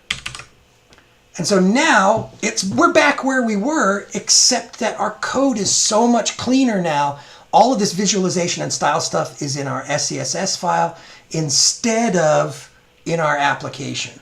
Whew, that's some good stuff right there. That's why this was the longest one. Is this is one of the most important concepts as a non-UI developer, understanding that you should be asking your designer to use these features. You shouldn't be embedding them in your own application. If they don't know how to use @extend, tell them. Have them watch this video because they haven't done their homework. They're not using their tools properly. Anyway, so that concludes chapter. I think we've got it all. Chapter 6. We did. Woohoo! From now on out, it's all easy from here. One of the things I get, so recapping chapter 6 before we go to chapter 7, I'm trying to recap every time. We showed you how to take those style, those BX grid columns and grid rows and column breakpoints. Move them out of your app and into SCSS where they belong. That's the big recap. And the big thing there is the @extend. The third thing you must take away from this is to understand that you can embed styles outside of your... All right, so chapter 6 is iconography.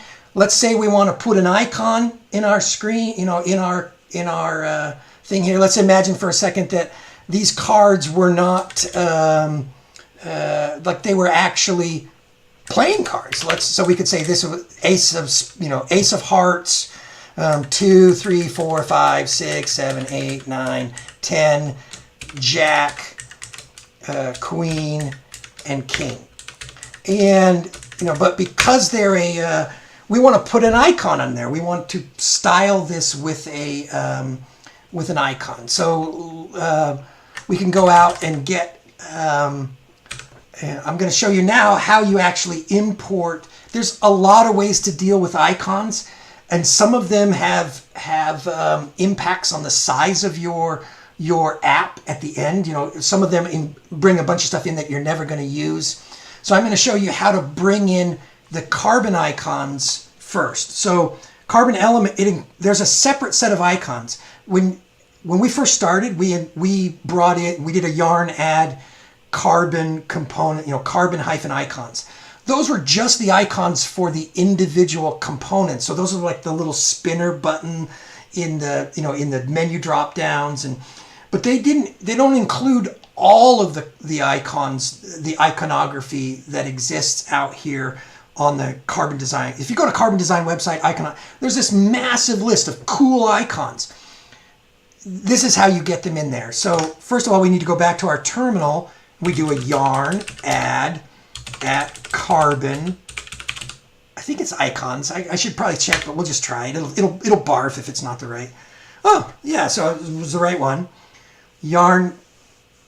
There's not a ton of SCSS in these icons. They're really just embedded, so we don't need to do the whole copy CS. It doesn't hurt. We don't need to refresh our thing. You know, it doesn't hurt. That always works. But let's just go ahead and import an icon. So I want to have a, like, I want to say the Queen of Hearts, the Jack of Hearts, the Ace of Hearts. So I want to import, you know, the hearts icon, you know, for imagine that they're suits. So import hearts icon from, and this is the way you do it. You say at carbon / icons /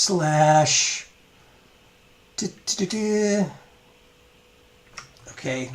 Oh yeah. So it took it a second to catch up because when we did the yarn add, our IDE was re-indexing the file system, so it took it a while to come up. So now it recognizes at you know, this is part of that node set. The magic that makes this work is part of, you know, that we started in the beginning. So now when I say at carbon / and it sees them, you know, so I can say we don't want it from icons. We actually want the React icons. So we say carbon React icons. And then ES is almost always you just want to get it from the ES. Some people do it other ways. There's no reason. If you do it this way, it compiles down to the smallest possible footprint in your final application. So let's, I'm going to pull, there's one called favorite filled that actually looks like a heart, that is a heart. So I'm cheating. I'm just using, even though it's not meant for this purpose. And then the other thing, anytime you're pulling in icons, you need to choose, icons are rendered in various sizes. So you can say, I want a 20 pixel one, I want a 24 or a 32. You can choose like the 24 and try it in your application. You're going to need, you know, so, and if it's too big, you can scale these things. You can use some tricks to scale them, but really, if you're close, just use the right size. If it's available, use the right size one. So let's actually we imported this thing called hearts icon in the proper format. We didn't mess around trying to use direct SVG rendering or embed, you know, we didn't change anything in our index.html. You know, there's a lot of tricks to getting icons. This is the simplest way. Let's use that, and I'm just going to throw at the end of it, I'm going to say hearts icon, and we'll close the tag and save it.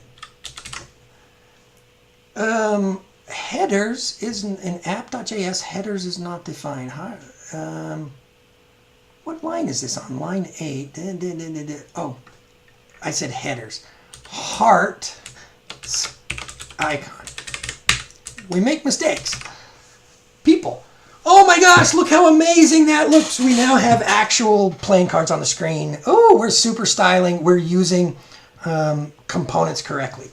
You know, the icons have some other uses. The biggest one that I get all the time is people can't figure out how to put an icon on a button properly. You know, so let's say in our user interface, at some point we're going to render a carbon component, and we're going to have a button that reshuffle. You know, like this is a deck of cards, and we're going to shuffle the cards, and we want a button that has a shuffle icon on it. You know, so the button looks right. Well, the first thing you'd have to do is import the shuffle icon. You know, so we'll just call it shuffle icon from at carbon icons -react es And then if I just start, look, there really is a nice shuffle and shuttle, but we want the first one, shuffle icon, and we got to choose a size. When you're using icons in buttons, the size doesn't really matter. It gets scaled. But for size-wise, I just always choose the smallest if I'm using an icon in a button. All right, and now I'm going to combine. I think I'm going to combine chapter. What chapter are we in? Chapter 8 and chapter 9 together. We're going to do. We're starting chapter 9, and then we're going to come back and pull in this button icon. So I'm putting the shuffle icon. I'm importing it now, but we're going to use it in the next one. The important thing to take away from chapter 7 is if you import the icons this way, it minimizes the size impact on the final app that you build, and it's the cleanest way that I've found to actually do it.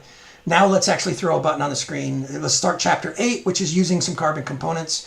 This video recording has gone on way longer than I thought it would, so we're going to just kind of power through a few of these because this is the part where most people get here. This is the easy part. So if you want to import a button, I want to import the button component from, so this is from Carbon Components, React slash,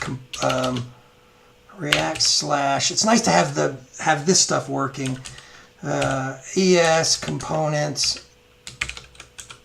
and so it's nice, all of this stuff of filling things in, this just makes your life easier, so we pull the button in. And because we're React developers, we want to create a little event handler, and a simple event handler like handle shuffle. So whenever somebody clicks the shuffle button, this is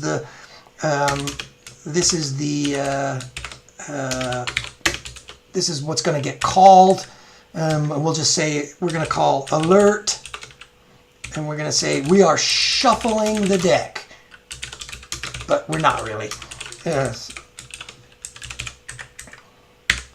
All right. So now we have, when we put this button on the screen, we have an event if we actually click on it to make it look. So let's go back to our app. Here we've got our deck of cards. And what we want to do is just put that button on the screen. So that just looks like this button.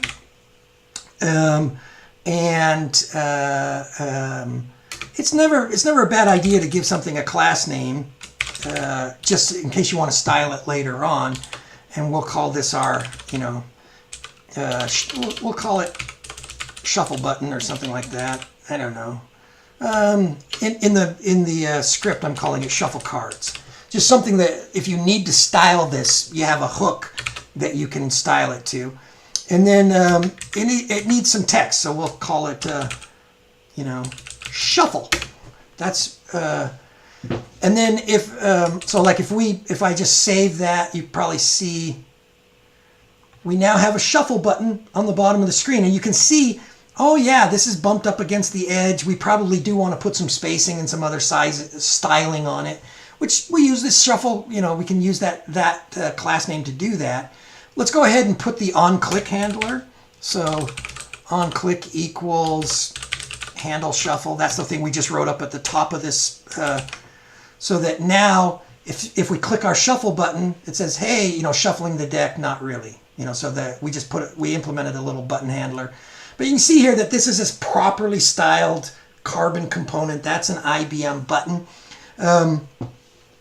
But there is like this massive trick of how do you get, we want that little shuffle icon to be on here as well. The way you do that, it is kind of tricky to figure this out in the documentation. If you've poked through the Carbon React component, you'll notice that some of the components are just, they're tricky. They are not easy to render, not easy to comprehend. But the important thing here is that on your button handler, so we've got our button handler. It's putting some white space in there for us. We actually need a, we're going to pass in, okay, stop redoing stuff. You know, so it's going to pass in a render icon, and you just pass it the icon that you want to use, that you imported. So we imported this thing called shuffle icon, right? Now, this is a good time to talk about accessibility. If you want your app to be certified, and as an, you know, yeah, there's certain things you have to, you know, and that's kind of describe to a blind person what's on the screen. So our shuffle, I'm going to save our app, and you can see that the shuffle icon looks like that. So it's rendering proper, but a blind person has no idea what's going on. So we're supposed to like give it a, what is that? You know, so you're supposed to say, you're supposed to give it an icon description. And if you don't, there are times later on where these accessibility things will come back, and so it's a good idea to understand what's going on. You know, you give it a description, and like you're supposed to look at the icon and say, well, that's you know, 2 lines crossing. Those even aren't lines; those are really arrows. So 2 arrows crossing in the night. No, in the middle. Something about writing these descriptions of icons makes me want to write little poems in here. I don't recommend that. But let's go ahead and save that. Sweet. Now we have a fully rendered button with an icon, and clearly we could go out and we could extend our we could say shuffle cards is the name of our style, and we could add some, you don't want padding, you want a margin on this guy. Margin left of spacing 5, and we'll also do a margin bottom, you know, margin bottom, same, you know, we'll say a dollar spacing 5. Save our app. Now we've got some, you know, now our shuffle button doesn't look like it's right up against the edge, and it lines up pretty nicely. Well, coincidentally, it lined up correctly at 1 breakpoint, but you know, you always got to test your UI at multiple breakpoints. But I'm not going to fix it. I mean, you get the idea here. All right. So at this point, we have basically rendered a carbon component. We've added icons to it. We've got all of the heavy lifting done. The last thing that I wanted to do was actually get rid of this Hello Carbon thing at the top and use the experimental UI feature to use its nav bar. And it's not that hard. I'm not going to talk you through it. I'm just going to show you the secret sauce. There's a magical thing that you need to do. And remember I said don't ever edit the index.scss, because if you do, it takes forever.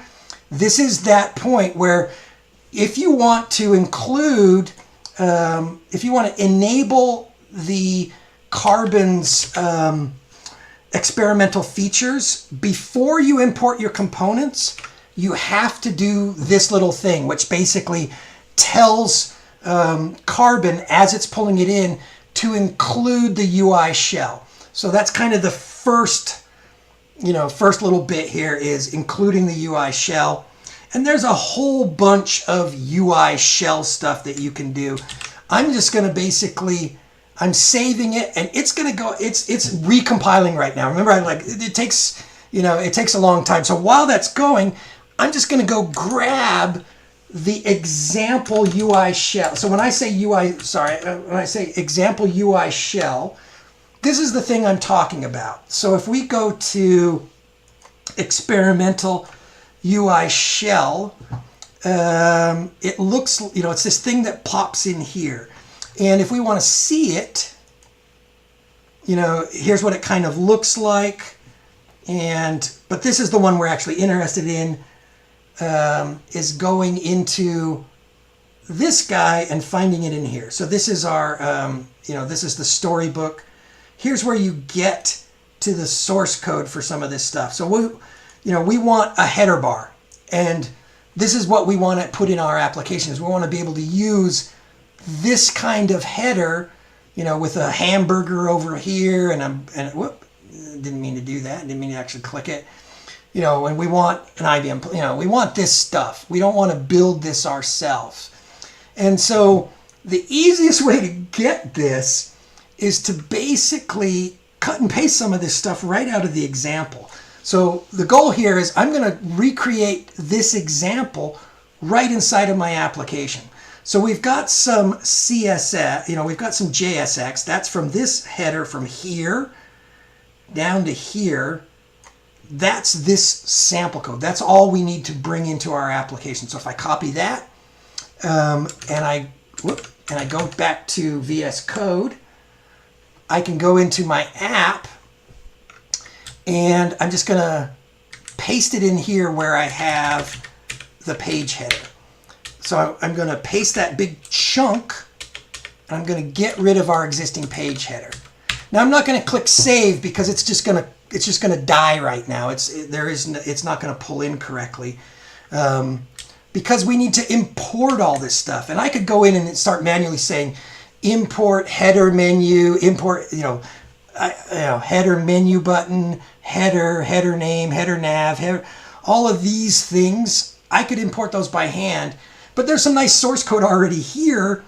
There's an import statement that already has everything I need. So I'm just going to copy this, and this is cheating. I know, I admit it. Because this thing has gone on way longer. I just want to get this on the screen so we can be done.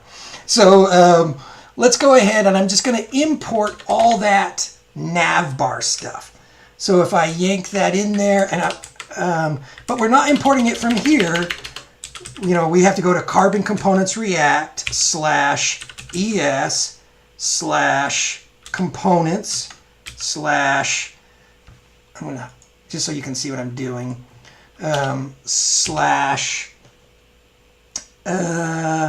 is it UI shell? Yeah, so the UI shell, I think that's all you need. We'll just, and it's doing us a nice little thing where it's saying, well, you're not using content, and you can see that these are a different color. If they're kind of grayed out a little bit, it means you didn't actually use those pieces, so we can get rid of them. And then when I look down here, I'm also seeing that our little demo is using two different icons. It is using, which one is it using? It's using, where's our icon? I know there's some icons in here. So it's using user 16 and notification 16. So we have to pull those icons in as well. So up here, we'll just say import user 16 from, and we already know how to do these, carbon slash icons react slash es slash user slash 16. That's how you get the user 16, and we need import notification 16 from @carbon icons react slash es slash notification. I think it's actually notification off filled. I mean, we and then we want the 16. We want it, this guy. Is this guy rendered at 16? No, he's only rendered at 20. So we'll grab the 20. And if we pulled, if we got the wrong one, we can fix it. And then finally, our little thing has a little event handler, an action that we have to implement, and that's pretty simple. We just need to do we just define that event handler similar to the one we defined before. So it's interesting that it has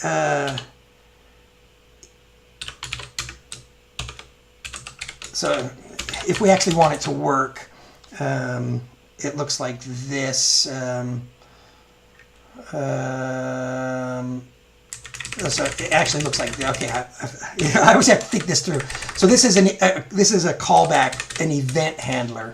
So you can basically go like this and say event prevent default. This little React trickery, and then we'll just do a alert message. What is it called? Message? MSG. Alert message. Oh, that didn't work right. It's supposed to look like that. Message, so this is basically a factory, or what do they call this? JavaScript guys have a name for what this is called, and I'm just drawing a blank on it, where you create a function that returns a function. So we're constructing a handler that takes a property, and there's a JavaScript word for it. I'm not a JavaScript guy either. I actually I'm an old school Perl guy, and I do a lot of C++. Even JavaScript messes with me. But in a perfect world, let's get our UI back. There's no way it's going to work just right out of the box with no.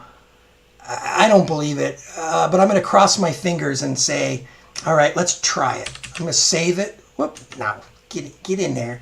I'm going to save my code. Fingers crossed. We'll see what happens. Oh my gosh! Oh, look at this. It worked. Check it out. So we just added, the notification off is not what I thought it was, but those are the two icons that we imported, user and notification.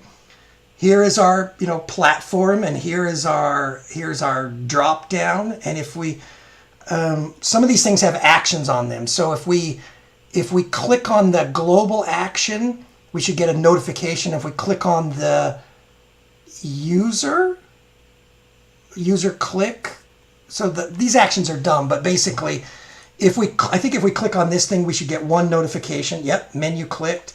And if we click on platform, no. If we click on user, we get the user. Yeah. So even our little header stuff worked. All right. We're so close to the end. This is awesome. All right. So home stretch. So chapter 9 summary. We successfully activated experimental features, and we brought the UI into our application, where we could now come in here and pretty easily say, this is V10 tips. That's the name, that's our brand name. The marketing guys said, we should call this V10 tips. So we make that change, and boom, you can kind of see it. This is our and if we didn't want it to say IBM, I don't know what else you put up there, but maybe this is an IoT brand, so we could say, instead of saying prefixing with IBM, we could say IBM IoT. That sounds good to me. Let's try that. Look at that, IBM IoT V10 tips, and in our responsive application, and we can zoom in and kind of see what happens at different, see how this guy behaves at different breakpoints. We could say, if we don't like that drop down, we could come and remove the drop down. But what we have now is we have an application that has a nice brand. It has a shuffle link. The final thing I wanted to do before I sign off is show you how to actually take this application and simply push it into up into Bluemix. So I think I'm logged in to Bluemix, but let's actually go and just do that right now. So first thing we need to do, if we're gonna create, is we need a this is chapter 10, by the way, the last chapter. Thank you for sticking it out. Holy moly, this thing has been going on forever. It's like a 3-hour class.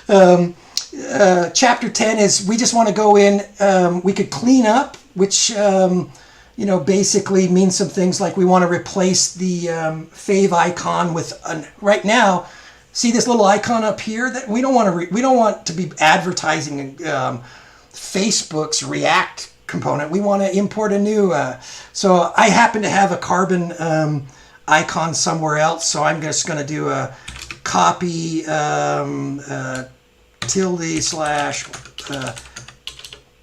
projects.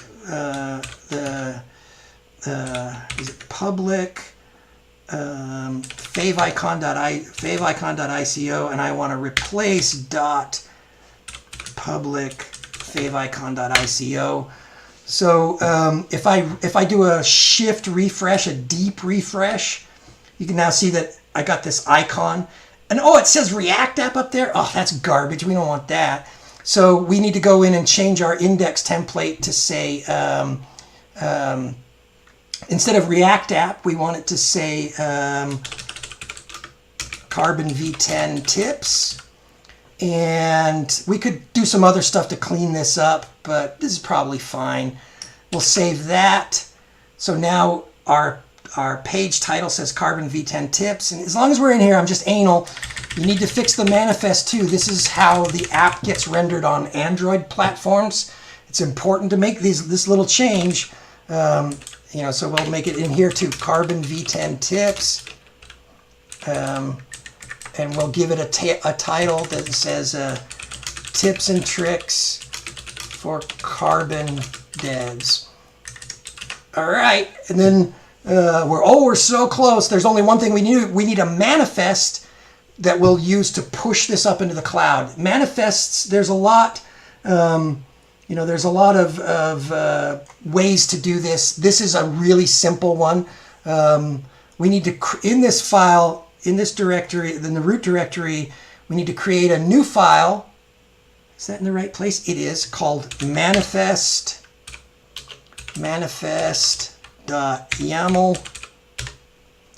And in that, we just want to put in the codes to basically describe this. So, my app name is going to be whatever we want to call it. It's probably perfectly good to call it Carbon V10 tips, just like we've called it everywhere else. Keep it consistent. Same thing here. On your app, if you're building one of these, Carbon V10 tips is going to be taken. You can't use it. Whatever you called your app, or give it a unique. The one that matters is this route right here. I'm using Carbon V10 tips for this video now. From now on, you'll never get it. So you'll want to put in, cabron. That makes me sound Latin. Carbon. So we want this manifest. And then one of the things I like to do is just to build a little, just a tiny bit of automation so that I can use my, just like we made the copy routine to pull the things down.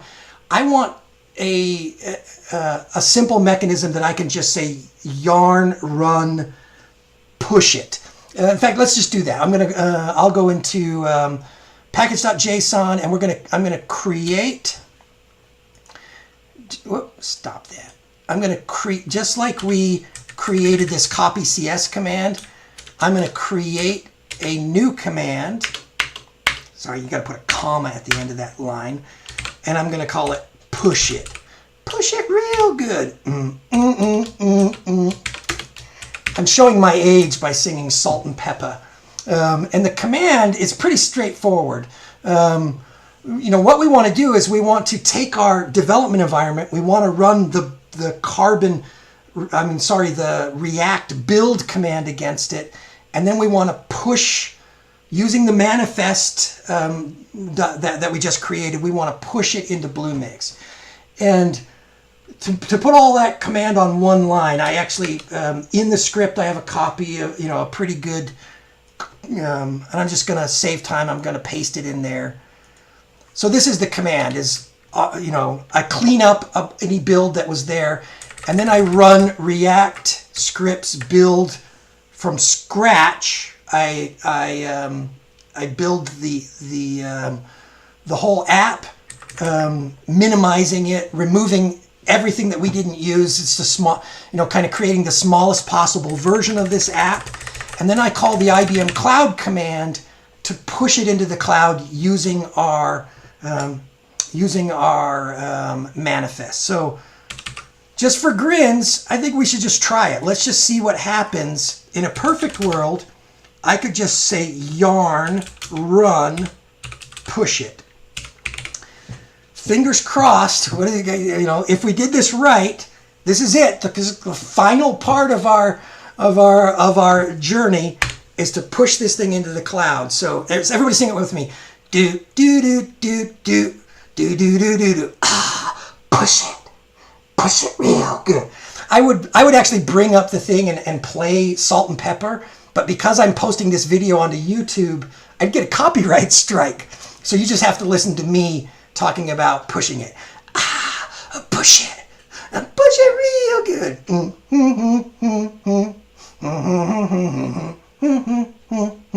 So it's building and doing its thing. It's going to take a second. While that's going on, I just want to watch it and make sure that it successfully did it. Oh, it built this. Oh, look at that. Now it's actually pushing it up into carbon. I can't believe this. If this worked the first time, this is going to be amazing. This is the capper for the whole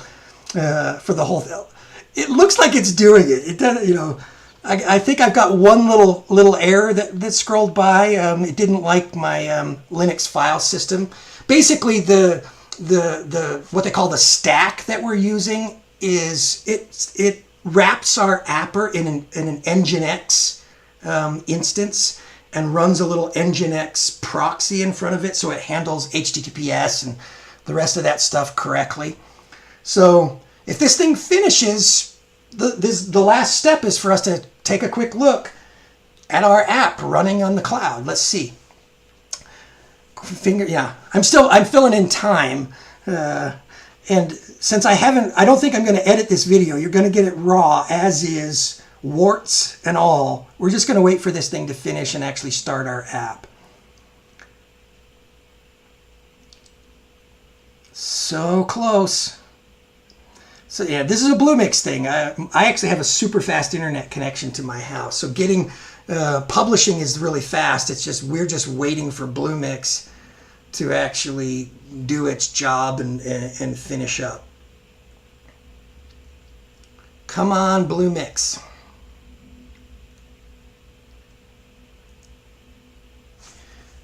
We are at the bottom, right? Man, if this doesn't work. I was so close. And I'm not going to try to build it again. But in a perfect world, this would have pushed it up into Bluemix and let you use it.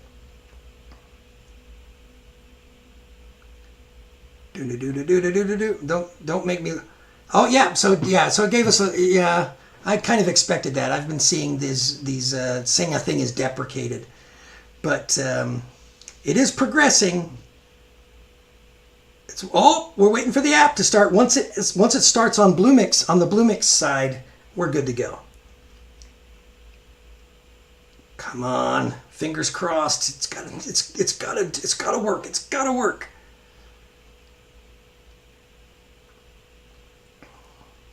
Woohoo! Let's go check it out. The piece de resistance. Let's close down our little. So here's our carbon design system. I'm just going to navigate to https://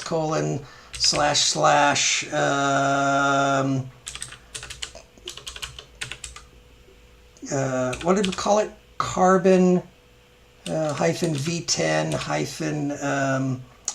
tips.mybluemix.net. If this is there, somebody's going to owe me a beer. Woohoo! There's our app. Successfully published up onto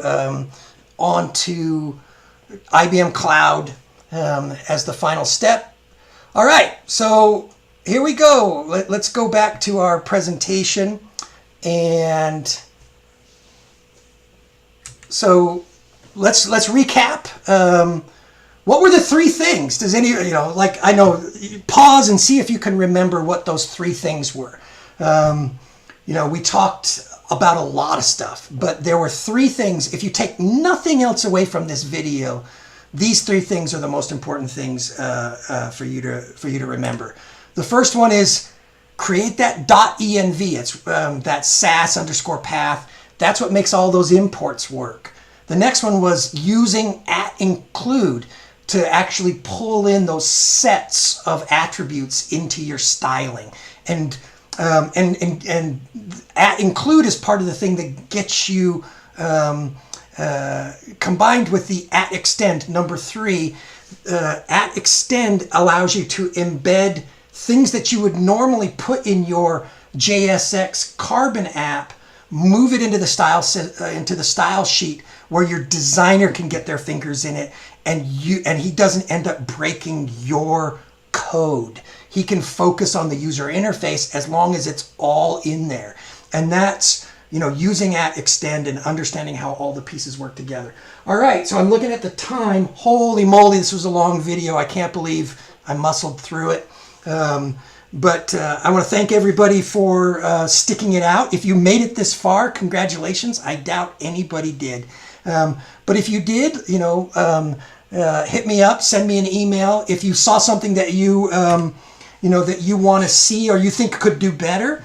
Also, by the way, I have a whole series of other videos of how to embed W3 ID and IBM authentication into React applications and into Carbon applications. That's another video that we can do. I have a video around using GraphQL and other API from your Carbon applications. That's another video that we can record and post up if people are interested. Or if there's some other thing that you want an IoT / back-end developer who's fiddling around with front-end development and design and interacting with designers. If there's something you'd like to see me, I'd love to collaborate on a project or anything else that you guys are interested in. Once again, thanks for sticking it out to the end. Thanks, and have a great rest of your day. Thanks, folks.